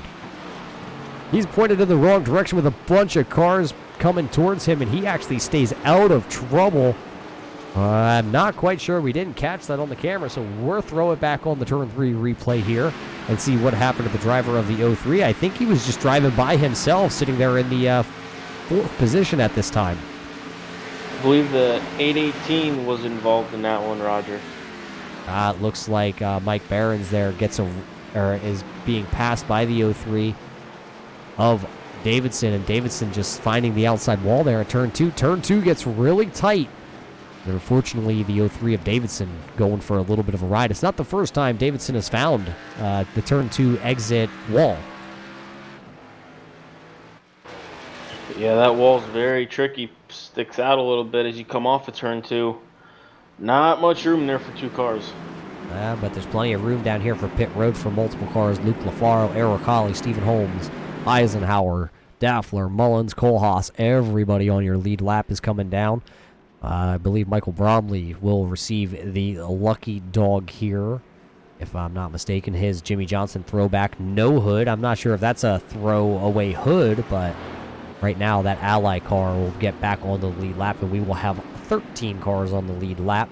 Jared Hagedorn is 14th, 5 laps down, so he will be your next car numerous laps down. On pit road, though, it's the same song dance. 4 tires and a tank of fuel here. Yeah, I believe you might be able to make it from this point, Jarrett, if we went green flag till the end. If they saved enough fuel, they might be able to go 65 laps.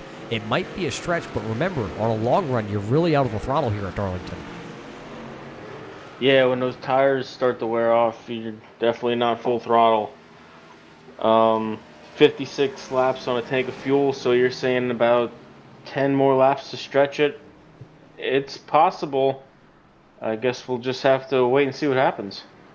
It is definitely possible. I'd be willing to gamble a little bit of money on that it's possible. But Luke LaFaro, Eric Holly, Jason Eisenhower, John Mullins, Stephen Holmes, Ira Kohlhaas, Robert Dudley, Jeff Pogo, Jamie Leach, Aaron Davidson. That is your top 10 right now.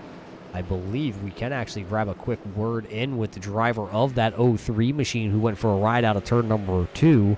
Aaron Davidson got a copy. It's Jarrett and Roger here in the booth. Yes, sir. Well, it's been an eventful night for you behind the wheel of that Chevrolet. What's your deal with the turn 2 wall? Well, that time was the 818 coming back onto the racetrack. It just got tight while I was trying to get around him on the outside, and it just went straight. You know, that's happened, I think, both times that I hit the wall, somebody coming back up the racetrack. So just not a good place to re-enter. You know, should just try to keep it down off the racetrack, but oh well, we'll move on. Yeah, moving forward here with this race, a lot of damage done to the right side of that car. Are you going to be able to get that fixed, and are you going to be competitive once you get back out there? I plan on it.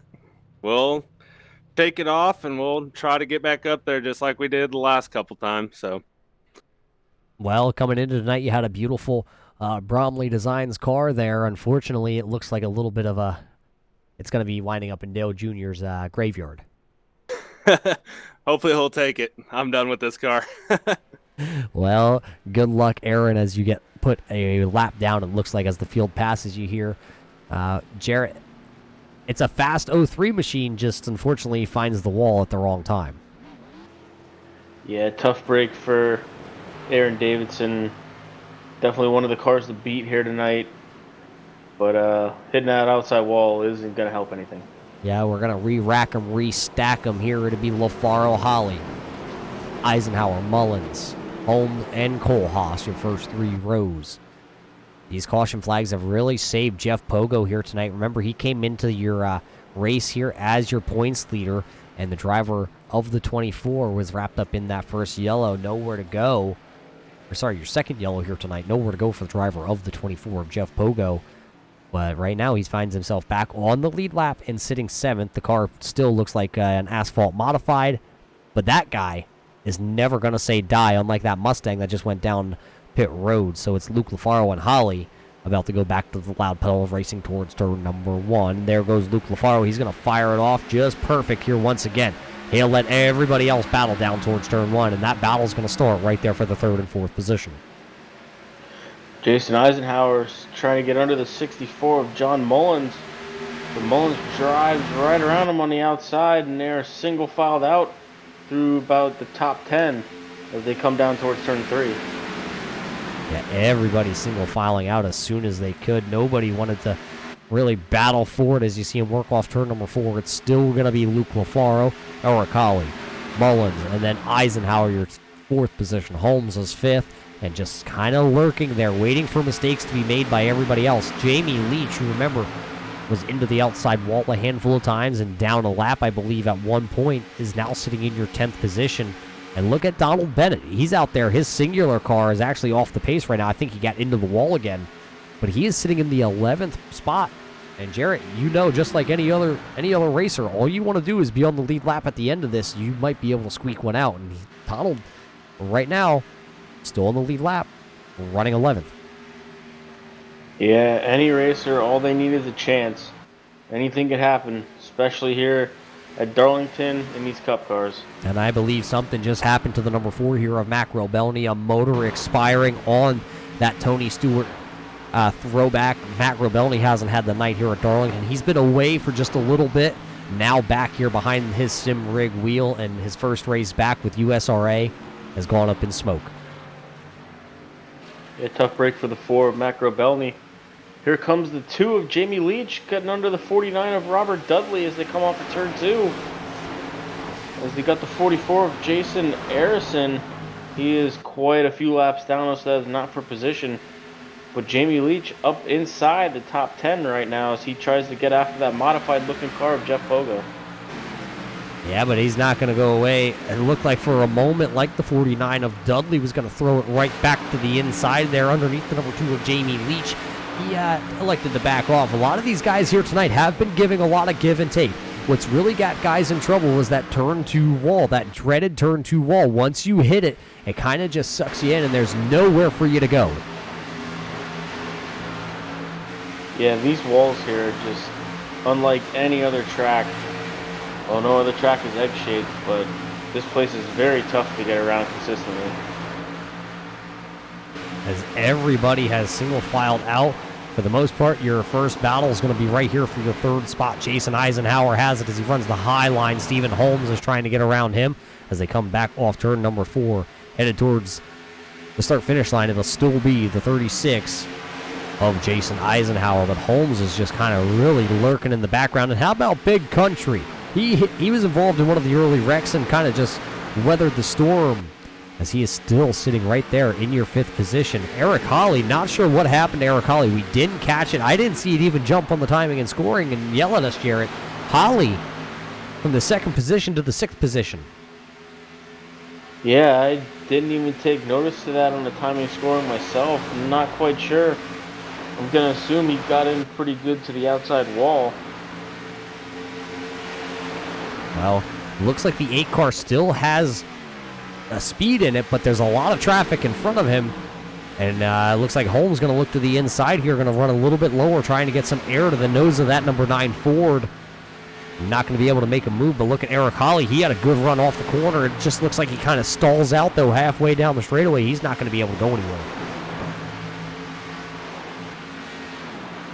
The 9, though, of Holmes is going to make the move down here in turn 1. He's going to go right to the inside on Jason Eisenhower, and he's going to set sail. He says, thank you, Jason. I will take 3rd, and now we're going to set our eyes on the Ollie's Bargain Outlet car, because he likes to go to Ollie's.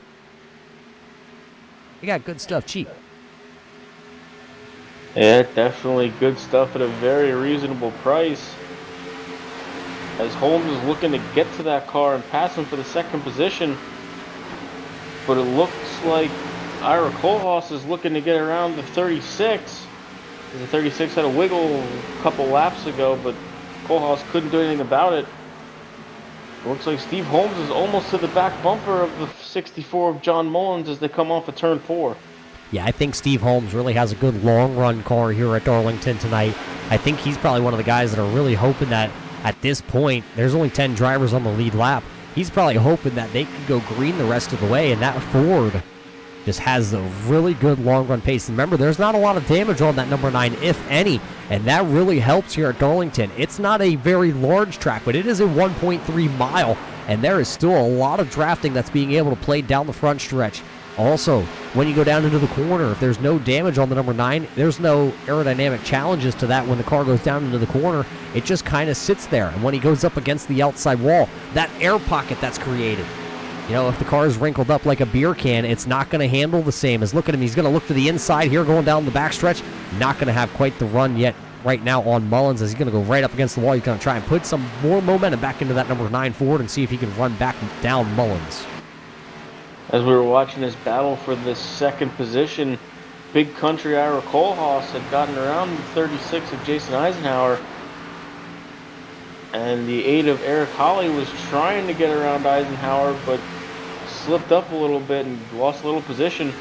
But it looks like the 9 of Steve Holmes is caught back up to the 64 of Mullins as they come around turn 3 and 4. Yeah, you can really tell that the number 9 of Holmes is a lot faster than the 64 of Mullins. And look at Kohlhaas. Kohlhaas has now joined them. He's only sitting about 2 car lengths back off the rear bumper of that Ford of Holmes. So it's a 3-way battle for the 2nd position. Luke LaFaro, don't worry, he's out there. He's about, there you see him on screen in the camera view. He is sitting at about a 2.5 out right now on this battle for 2nd, and it's about to get pretty interesting. It's 2 Chevys and a Ford here for the battle for 2nd, 3rd, and 4th. Yeah, Holmes lost a little time to Mullins, allowing Kohlhaas to get right to his rear bumper. But Holmes starting to make up time back on Mullins as they come off of turn 2. Mullins with a little wiggle, I guess you want to say, as they come off of turn 2. Coming into turn 3 there, still nose to tail, Mullins, Holmes, and Kohlhaas.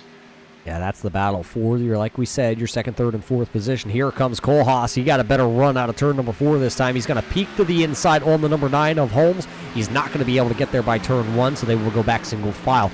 Looking at the lap time chart here, Holmes is the fastest car on the racing surface. Eric Holly, though, remember, he had a fast car. Oh, look right behind Jason Eisenhower into the outside wall out of turn number 2. He keeps the sim speed shop 36 up there. Here comes Eric Holly back around him. I was just about to say how Eric Holly, his time's kind of slowed down just a little bit. Let's see this time by where Holly's going to fall into the speed charts. Did he go any faster?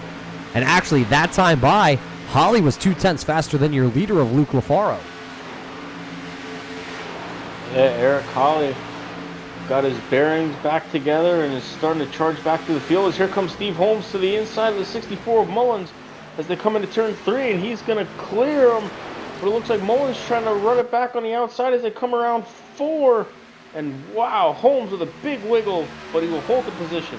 Holmes has the inside lane. He does make the clear pass. Now here comes Kohlhaas. Kohlhaas going to go down to the apron. He's going to try and make the move. Mullins into the outside walls. Kohlhaas got around him. Mullins going to try and stay out. Holly into the wall off turn number 2 then.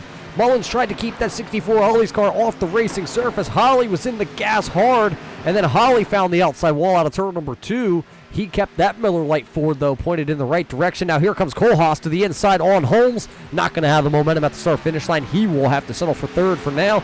But now can Holmes and Kohlhaas kind of run down Luke Lafaro? It is a 2-second deficit between the Lafaro machine out front and Steve Holmes and Ira Kohlhaas, who are running nose to tail back here for 2nd and 3rd.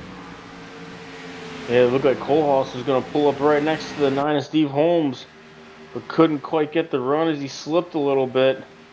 But now he's trying to get it back together and make a run on the 9 of Holmes as they come down the front stretch. It looks like Luke Lafaro has opened up a 2-second gap on 2nd and 3rd place.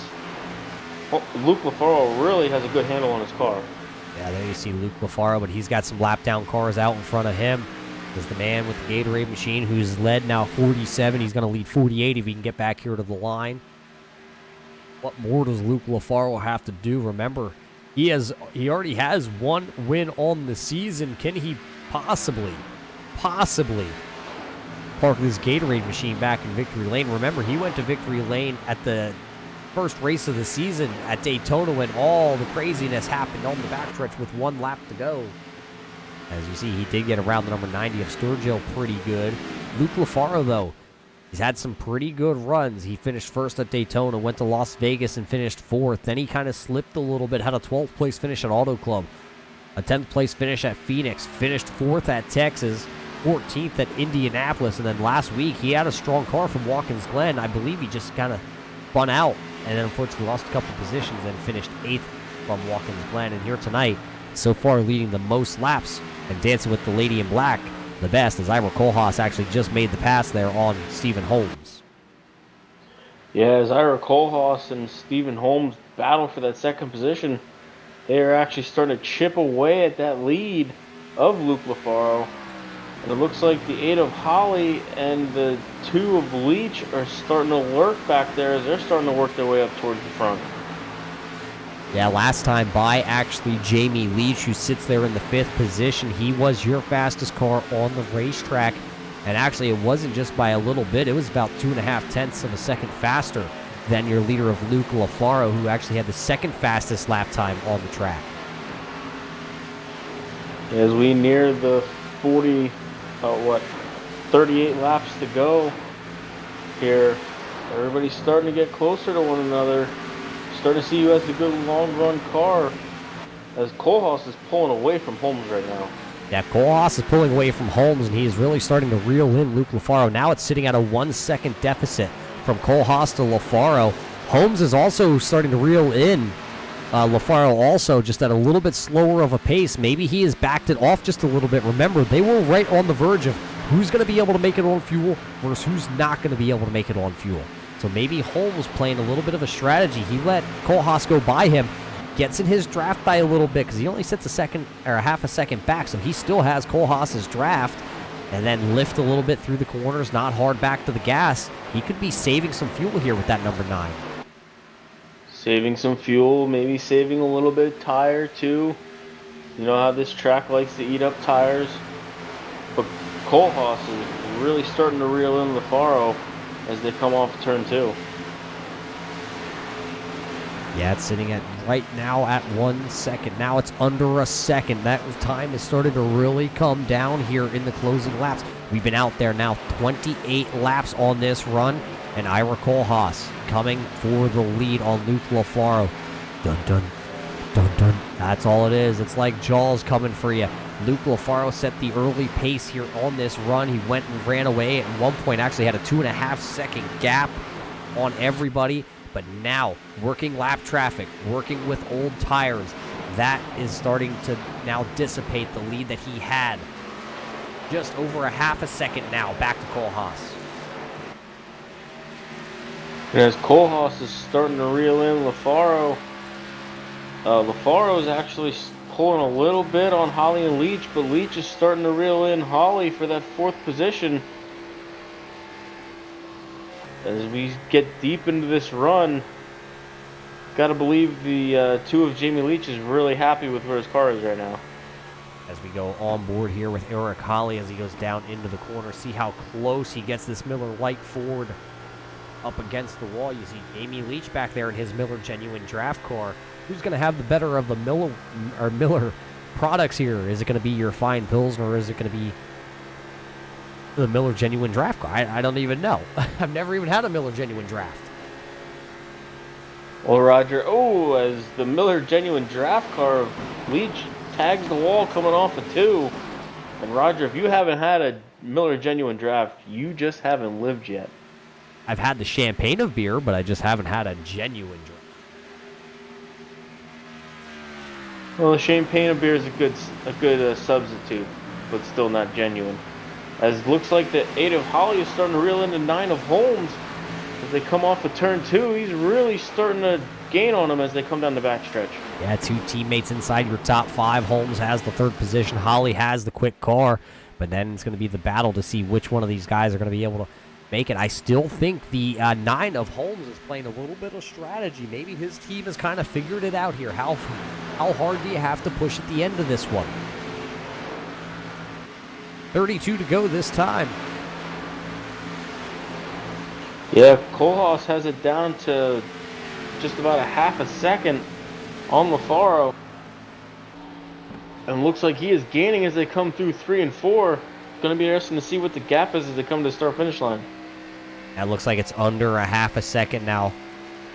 Just barely as we ride on board here with Ira Kohlhaas, who runs in second. That car right out in front of him. And that is your leader, Luke LaFaro. And checking at the points, I believe right now, if the race would end now, Luke LaFaro would leave here as your points leader. Look at LaFaro up against the wall. Kohlhaas goes down to the bottom just a little bit to try and put some air to the front nose of that 33. He is there at this point. He is just knocking on the back door, waiting for Luke LaFaro to make a mistake. Yeah, Kohlhaas is definitely sitting in the catbird seat right now. All he's got to do is sit and wait with about, Roger, 30-some laps to go here? 30 to go that time by, so laps are going to click off here pretty quick, as there you see the distance between LaFaro and Kohlhaas. That car that's sitting right there at the back of the picture, that is the 91 of Ryan Jones. He is back out on track after sitting on pit road for 47 minutes, 67 laps down. And he, at this point, is out there. He has a lot of cars. If he can keep that 91 machine out here on track, he actually will be able to pick up, if my math is right, which sometimes we know it's not the greatest, I think he should be able to pick up about 3 positions, possibly 4. He just has to stay out there turning laps. And now LaFaro actually, Jarrett, is starting to pull back away from Kohlhaas. Yeah, LaFaro's starting to pull away a little bit as Holly has gotten around the 9 of Holmes and started to put about almost a half-second gap on him. But you got to wonder if LaFaro's going to start pulling back out away from Kohlhaas. Was he playing a little possum? As I say that, it looks like Kohlhaas is starting to reel LaFaro back in as they come off of turn 4 down to the start-finish line. Yeah, they come off the corner, and they are right there, about 2.5 car lengths gap. I just noticed Jamie Leach hit pit road last time by. Remember, Leach was sitting there in the 5th position. Did he figure that he couldn't go any farther on on those tires, couldn't make it on fuel, so cut the run in pretty close to half, as you see the 20 of LaFaro up against the fence once again, and the 33 of Kohlhaas down on the bottom. Maybe Jamie Leach playing the strategy here. He's shown 1 lap down now in the 10th position. You can tell how fast of a pace your leaders are putting on, because there was only 7 cars on the lead lap, and Aaron Daffler, who sits right there in that STP number 3, your leaders are right behind him, and they are coming at about 20 miles an hour faster, I believe. Look at that closing rate. Yeah, they are putting a very good pace in here at Darlington. And it looks like Daffler is going to just stay low and let him go by, not going to even try and fight him. Yeah, smart move, a gentleman's move there by the number 3 of Aaron Daffler. Doesn't want to interfere with the end of this one, as we got 25 to go. We'll see 24 laps to go next time by. And just for comparison, to show you how many laps your leaders have been out there, last time by, the 91 of Ryan Jones, who has fresher tires than your leaders, with all that damage on the 91, was actually 0.2 faster the last time by. This time by, they were actually a little bit quicker, as they had to work through lap traffic. Jones didn't get through the traffic as well as your 2 leaders. And since Kohlhaas has got to about that half-second marker, Jared, it kind of shrinks a little bit, and then Luke LaFaro goes out and hits a heck of a lap and pulls back away. Yeah, he hasn't really been able to gain too much once he gets into a half second. It looks like LaFaro's going to pull that back out to a little over a half second this time. And you got to wonder, is somebody playing possum, saving tires, saving fuel? Only time will tell. Only time will tell as we work through lap traffic. Jared Hagedorn, next car out in front of your leaders, and then it's going to be Donald Bennett. Remember, Donald Bennett was on your lead lap, sitting in 11th at one point. Since this run has gone green flag, Donald Bennett has actually fallen to 2 laps down. He's looking at possibly going 3 laps down here in just a moment. If actually, there goes the 31 of Bennett. He pulls down the track, and he will now be shown 3 laps down, running in your 11th spot. Jamie Leach, John Mullins, Aaron Davidson, and Aaron Daffler all right now laps down. Jeff Pogo is your final car on the lead lap. He is still out there running, and he's actually right behind that 36 of Jason Harrison. 2 Sim Speed Shop cars here battling for the 5th position. Yeah, Pogo working on the 36 of Jason Eisenhower. And Steve Holmes has started to reel back in the 8 of Eric Holly. Maybe Steve Holmes starting to put in a little bit of a charge back to the front. Who knows? But definitely back to the back bumper of Holly. Yeah, maybe Holly tried running a little hard. Remember when Holly got around the 9 of Steve Holmes, they were sitting at a deficit of 3 seconds. Now the deficit from your leaders all the way back to Eric Holly and Steve Holmes is now 8 seconds. I'm still telling you, I think the 8 and the 9 are going to try and make it on fuel, because your leaders are in one heck of a battle. It's about a car length separating your front 2. Yeah, LaFaro was wiggling all the way down the backstretch with Kohlhaas right as bumper. Oh, that was so close as they come through 3 and 4. Kohlhaas is right there. He dives down the inside, trying to make a move as they're door-to-door as they come into turn 1. I think LaFaro may have been into the wall and then tried to block Kohlhaas down the front straightaway, because look at the right front fender there on the number 20 Gatorade machine. It is tore up. You can see it looks like a little bit of a wind sail on the right side of that car. Kohlhaas had to check up, went to the bottom in turn 1, and now lost all that ground that he had made up. Yeah, Kohlhaas lost a little bit of ground, but he starting to make it back up as his front splitter is a little bent up. Just kind of noticed that one. But LaFaro's starting to pull out a little bit of a gap back out of Kohlhaas. Yeah, it looks like there's some lap down cars out in front of your leaders. Looks like Jared Hagedorn just visited pit road last time by, so the driver of the 22/15 of Hagedorn had put 4 fresh tires on. He runs in your 13th spot right now, 7 laps off your leader's pace. I believe he also missed the initial drop of the green flag, having a little bit of computer issues for that car, but he's back out there just trying to make up some ground. He was inside. He was your 10th place in points coming into tonight, now runs 13th with a lot of guys a lot of guys actually out of this race here, as Eric Holly is down pit road. Looks like Jeff Pogo also down pit road. LaFaro got into the wall coming off of 2, allowing Kohlhaas to come right back up to his rear bumper. That is not a good situation for LaFaro as he's trying to work his way through lap traffic right now. Yeah, so a couple different strategies here. Eric Holly hitting pit road, this time by Steve Holmes, also hits to pit road. So that'll leave your top 3 drivers of LaFaro and Kohlhaas and Eisenhower still out here on the racing surface. Remember, they had about a 9-second lead, though, over your leaders. Or your leaders had a 9-second lead over third place, so they weren't in jeopardy. So this long run of them staying out here, I don't think it's going to hurt them, but I think they're going to have to come. They're definitely going to have to come down pit road. As there's Eric Holly coming out of pit road, and that's Jeff Pogo. So your leaders are going to put these guys laps down. Yeah, but our leaders are going to have to come down pit road. The longer they stay out, the more they run the risk of getting passed while they're on pit road, or at least Holly's going to get their lap back.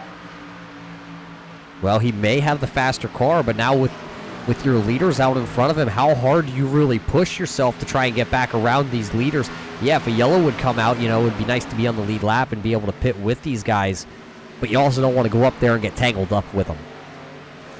No, you don't want to get tangled up with them, but you'd like to be out in front of them because you pretty much know they're going to have to pit as Holly gets around Kohlhaas and looks like he's going to drive right by on the inside of the 20 of LaFaro.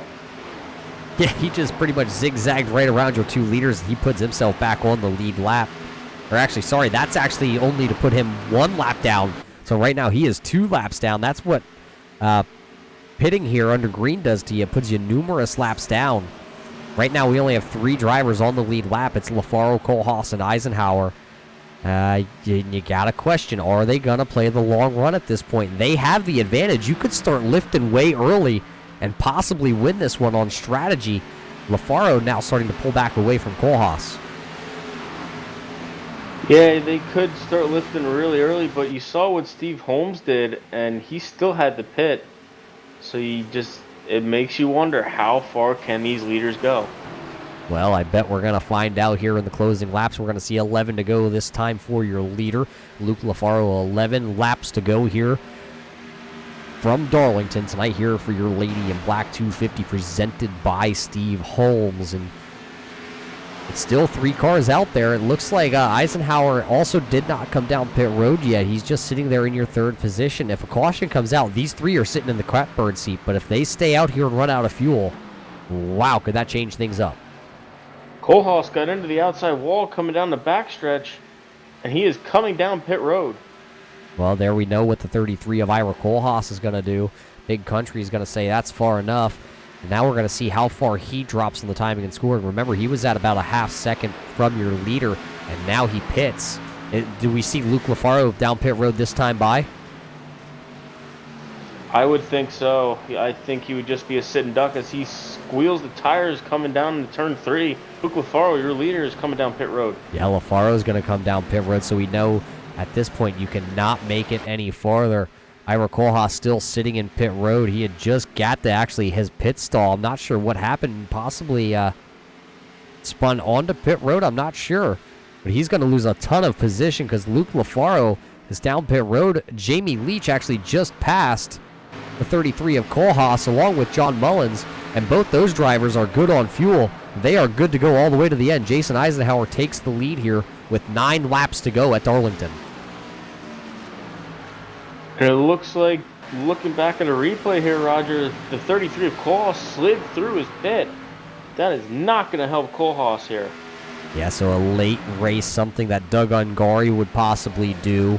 Maybe it's something about having double numbers, 00, 33. Maybe it's something about that just doesn't work. The 11 of Steve Schmidt was wrapped up into something here tonight, so double numbers tonight not in favor. Jared Hagedorn, 22. He is multiple laps down with computer issues. Jason Arison also 9 laps down. He had nowhere to go in his incident. And right now, the man who is in the catbird seat still, Jason Eisenhower. He's still out there circling the track. It's been 57 laps since the driver of that 36 has been down pit road, as you see him tagging the outside wall just a little bit there. Yeah, I think Jason Eisenhower is going to have to come down and pit. He's just hoping for a late race caution right now. And I don't know about you, Jarrett, but I was watching the speed down the front stretch. Jason Eisenhower is not up to full tilt on that car. Yeah, he's trying to save every little bit of fuel as he gets into the wall again.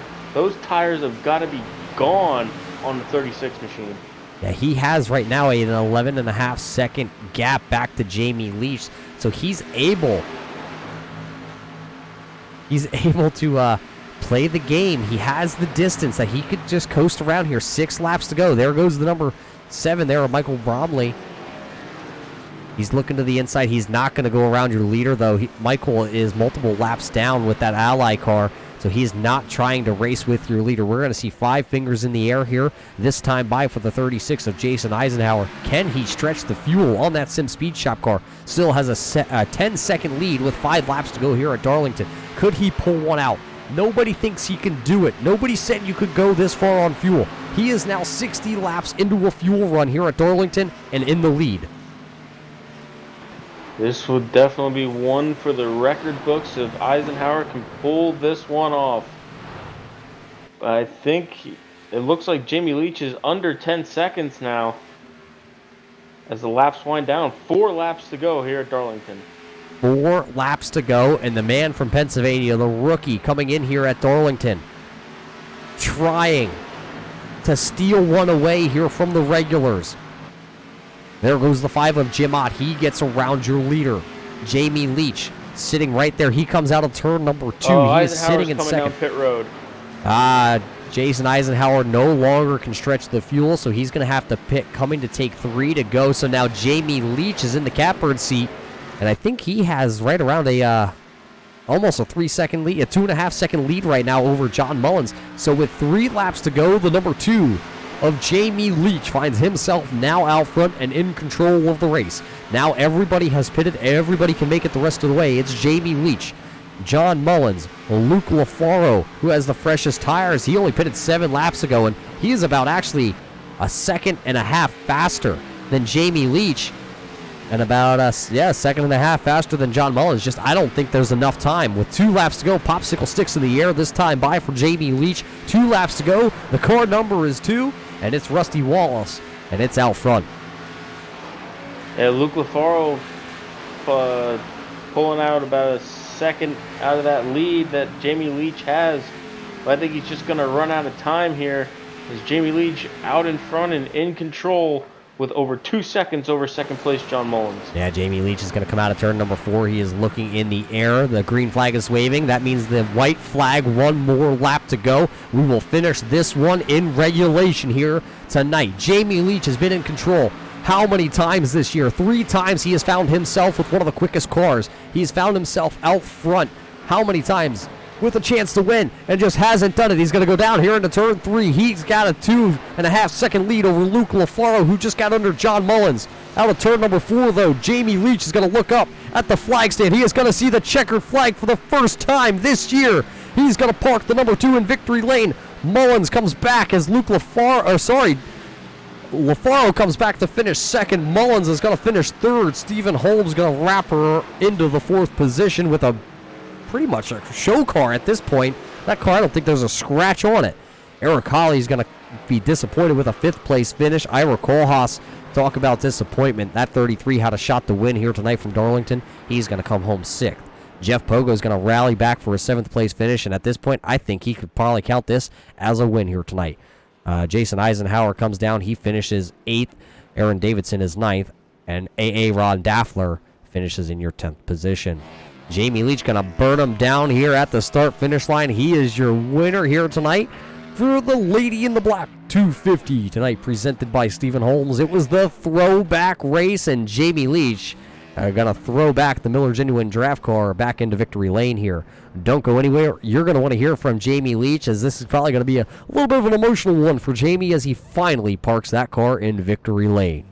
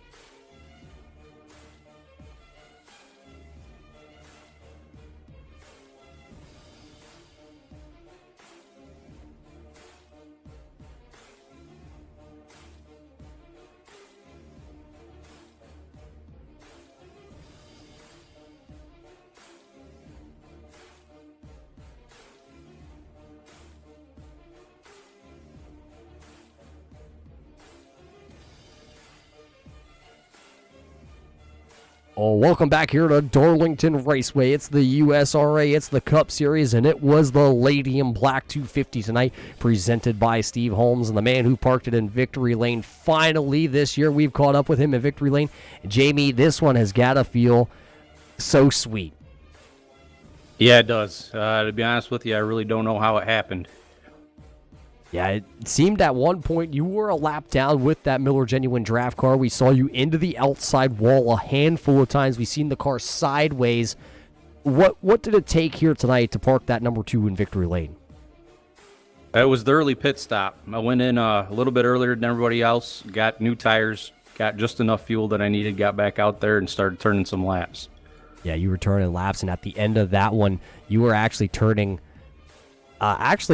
some pretty good lap times compared to a lot of drivers out there on track. Luke LaFaro actually had the fastest lap times at the end of this one, just buried too far back. So that early pit stop, you came to pit road and slapped 4 fresh tires on that car. That's what's going to do it here tonight for you. But just tell us about the car handling out there on track. This is a very slick track here at Darlington. You really had to watch tire wear, especially going into 3. If you didn't watch it, you were definitely going to get into the wall. And it seemed like I did get into the wall a couple of times, and it really hurt me quite a bit. Yeah, but it didn't hurt you here at the end because that number 2 was still pretty quick. Well, Jamie, I don't know how you feel. I feel pretty excited for you because, man, you've had chances to win here with the USRA on a Thursday night for the Cup Series all year long. You've had cars capable of running with Luke LaFaro and Jeff Pogo and Jim Ott. Unfortunately, something late has always happened to you. Tonight, though, not the circumstances. Yeah, I'm really happy with it. First half of the season, I got a couple of really bad breaks. Past couple races, I've been slowly getting better and finally got the win. Finally got a Parker in Victory Lane. You came into tonight 11th in points, and with the win here, that's going to move you up through the field because a couple of your competitors who were in front of you in points having some problems here dancing with the Lady in Black. That's got to feel pretty good knowing you got a victory here and you're going to move up in the points, but you got an off week next week. So how do you kind of mentally prepare yourself for an off week, and then you come back and you're going to have to go battle at Atlanta on December 5th? I got my papers right. We have an off week next week. Yeah, I'm just going to stay in the seat. I'll probably do some official races and just try to keep my chops clean. Well, there you hear it from Jamie. Jamie, before we let you go here and go celebrate and have a couple Miller Genuine drafts, who do you got to thank for parking the number 2 in Victory Lane? I got to thank Dave and Skip Carmen, my teammates. I'd like to thank USRA, all the admins that put this on, and Roger, you up in the booth. Do a great job, as always. Well, there you heard it from the number 2 of Jamie Leach. Finally snags a victory here with the USRA, and what a better fit, Jarrett, than driving a Miller Genuine draft car here at Darlington. Yeah, definitely getting that paint scheme back in Victory Lane, but I have caught up with our second place finisher here, the 20 of Luke LaFaro. Luke had a good shot at winning here, just ran out of time to catch Jamie. Yeah, man, I mean, congrats to Jamie on the win. I didn't expect, and I didn't know he was pitting so early. If I would have known he was pitting so early like that, maybe I would have pitted as well with him. But a good run for the 20 crew, and yeah. So when you guys were out there on that long run at the end, did you think you could make it to the end on fuel, or were you just hoping for a late caution maybe? Oh, yeah, I couldn't make it to the end. I was honestly hoping for a caution. I mean, I was being chased down almost the whole run, so I couldn't be saving fuel by IRA there. So, yeah, I couldn't make it to the end. Yeah, well, still definitely a good run with your second place finish. So now we have the week off next week, then we head to Kansas. What are you going to do for your week off, and what are your thoughts going into Kansas? Probably not much. I might run some official races, but not much. Kansas is, like here, one of my best tracks, so looking forward to that one. All right, we'll definitely look for you up front at Kansas. And before we let you go, who would you like to thank tonight? I would like to thank my parents. My spotter, Aaron, who helped me on these restarts and helped spot me. And thanks to you guys for putting this show on for us. Well, there you have it from our second place finisher, Luke LaFaro. And I believe Roger is caught up with our fourth place finisher, Steve Holmes. Yeah, we're not going to be able to grab a word in with the driver of that 64 of John Mullins. So we'll possibly be able to catch up with him in the off week to get an interview with him. But I did catch up with the man who had one of the fastest cars here on a long run, the number 9 of Steve Holmes. Steve, a good start, or a good race here from Darlington for you. Tell us what was the magic behind the number 9 here tonight. Oh, well, it was just trying to conserve the tires as much as possible, not overdriving it into the corners. Keeping it off of the wall, which I was able to do. Had several close calls there throughout the race, but I was able to bring it home without a scratch, so that's a plus. But yeah, it was all in all, it was an awesome run. I enjoyed every lap of it. Yeah, it was a good run here from Darlington. Steve, and I got some really good news for you. I mean, you finished fourth. That's absolutely, great news. But I got some news for you that's just a little bit quicker, or a little bit better. Yes, you were quicker than a lot of guys out there tonight. Looking through the timing and scoring, I'm not sure if you were able to take a quick look at this or not, but the incident point rate here coming out of Darlington, there is one driver that has 0 incident points here tonight, and that is yourself, who finished in fourth. Yeah, I knew that if I kept it out of the wall, I knew I'd be able to keep the speed up and all that good stuff. There at the beginning of the race, I didn't try to force the issue. Like I said, if I saw somebody that was faster than me, I just backed off of it, tried to play it smart, and tried to be there at the end. It all worked out. I just come up a few spots short, tried to save a little bit of fuel there at the end, but it wasn't soon enough. And we had good pit stops. I messed up a couple of times, but all in all, in the end, to bring home with the top 5 with no incidents here at Darlington, I think I'll chalk that up as a win any day. Absolutely, my friend. So a fourth place finish for the driver of the number 9. Steve, before we let you go, we'll give you the red carpet and the mic here to give any shout outs for on that number 9. Well, first of all, I'd like to thank Jeff and Eric for putting the league on. Without them, we wouldn't have this to do every Tuesday and Thursday night. Along with them being the admins, they're also my teammates, along with Dan Deal. They've helped me a lot with tire conservation, number 1, but just patience overall and learning the corners and all that good stuff. But yeah, I'd like to thank all of them and yourself, Jarrett, Turn 3. Yeah, I want to thank all of y'all for helping put this on for the people watching out there. I hope they enjoyed the show. Well, there you heard it from Steve Holmes. Just kind of sat there and let the race play out as it was gonna. Jarrett, a good move by him because he comes home in the 4th position. You heard from your winner here tonight of Jamie Leach. Luke LaFaro coming home 2nd. John Mullins going to finish in your 3rd position. Stephen Holmes is 4th. Eric Holly is 5th. Jarrett, it was a good race for the USRA for the throwback night here at Darlington. You couldn't have asked for anything better. Yeah, our throwback night here definitely provided us with a throwback strategy race, I guess you'd say. And I can't wait to get to Kansas. Got a week off, so I get a week off from you, Roger. I mean, sadly, I get a week off from you, Roger, but I can't wait to get to Kansas in 2 weeks. Yeah, next week we're going to have off for Halloween, so I hope everybody goes out and celebrates a little bit, gets a little candy. We'll just call it candy because I guess that's what kids eat. So, unfortunately, we do have the week off, but in good news, though, with the USRA, there is going to be a little bit of a special event held on Tuesday night, so keep your eye out over there on the USRA Facebook page. Some big news coming out today, and, well, it'd be interesting to see what Tuesday night brings for these drivers as they're going to strap right back into the Cup car for a special event. But, Jarrett, so a week off, but before we do that, it was the Lady in Black 250 here tonight, presented by Steve Holmes. Jamie Leach is your winner. Catch us in 2 weeks' time at the Kansas Speedway where we run the high line. We get back to seeing a little bit of draft action right here on your Turn 3 Racing Network.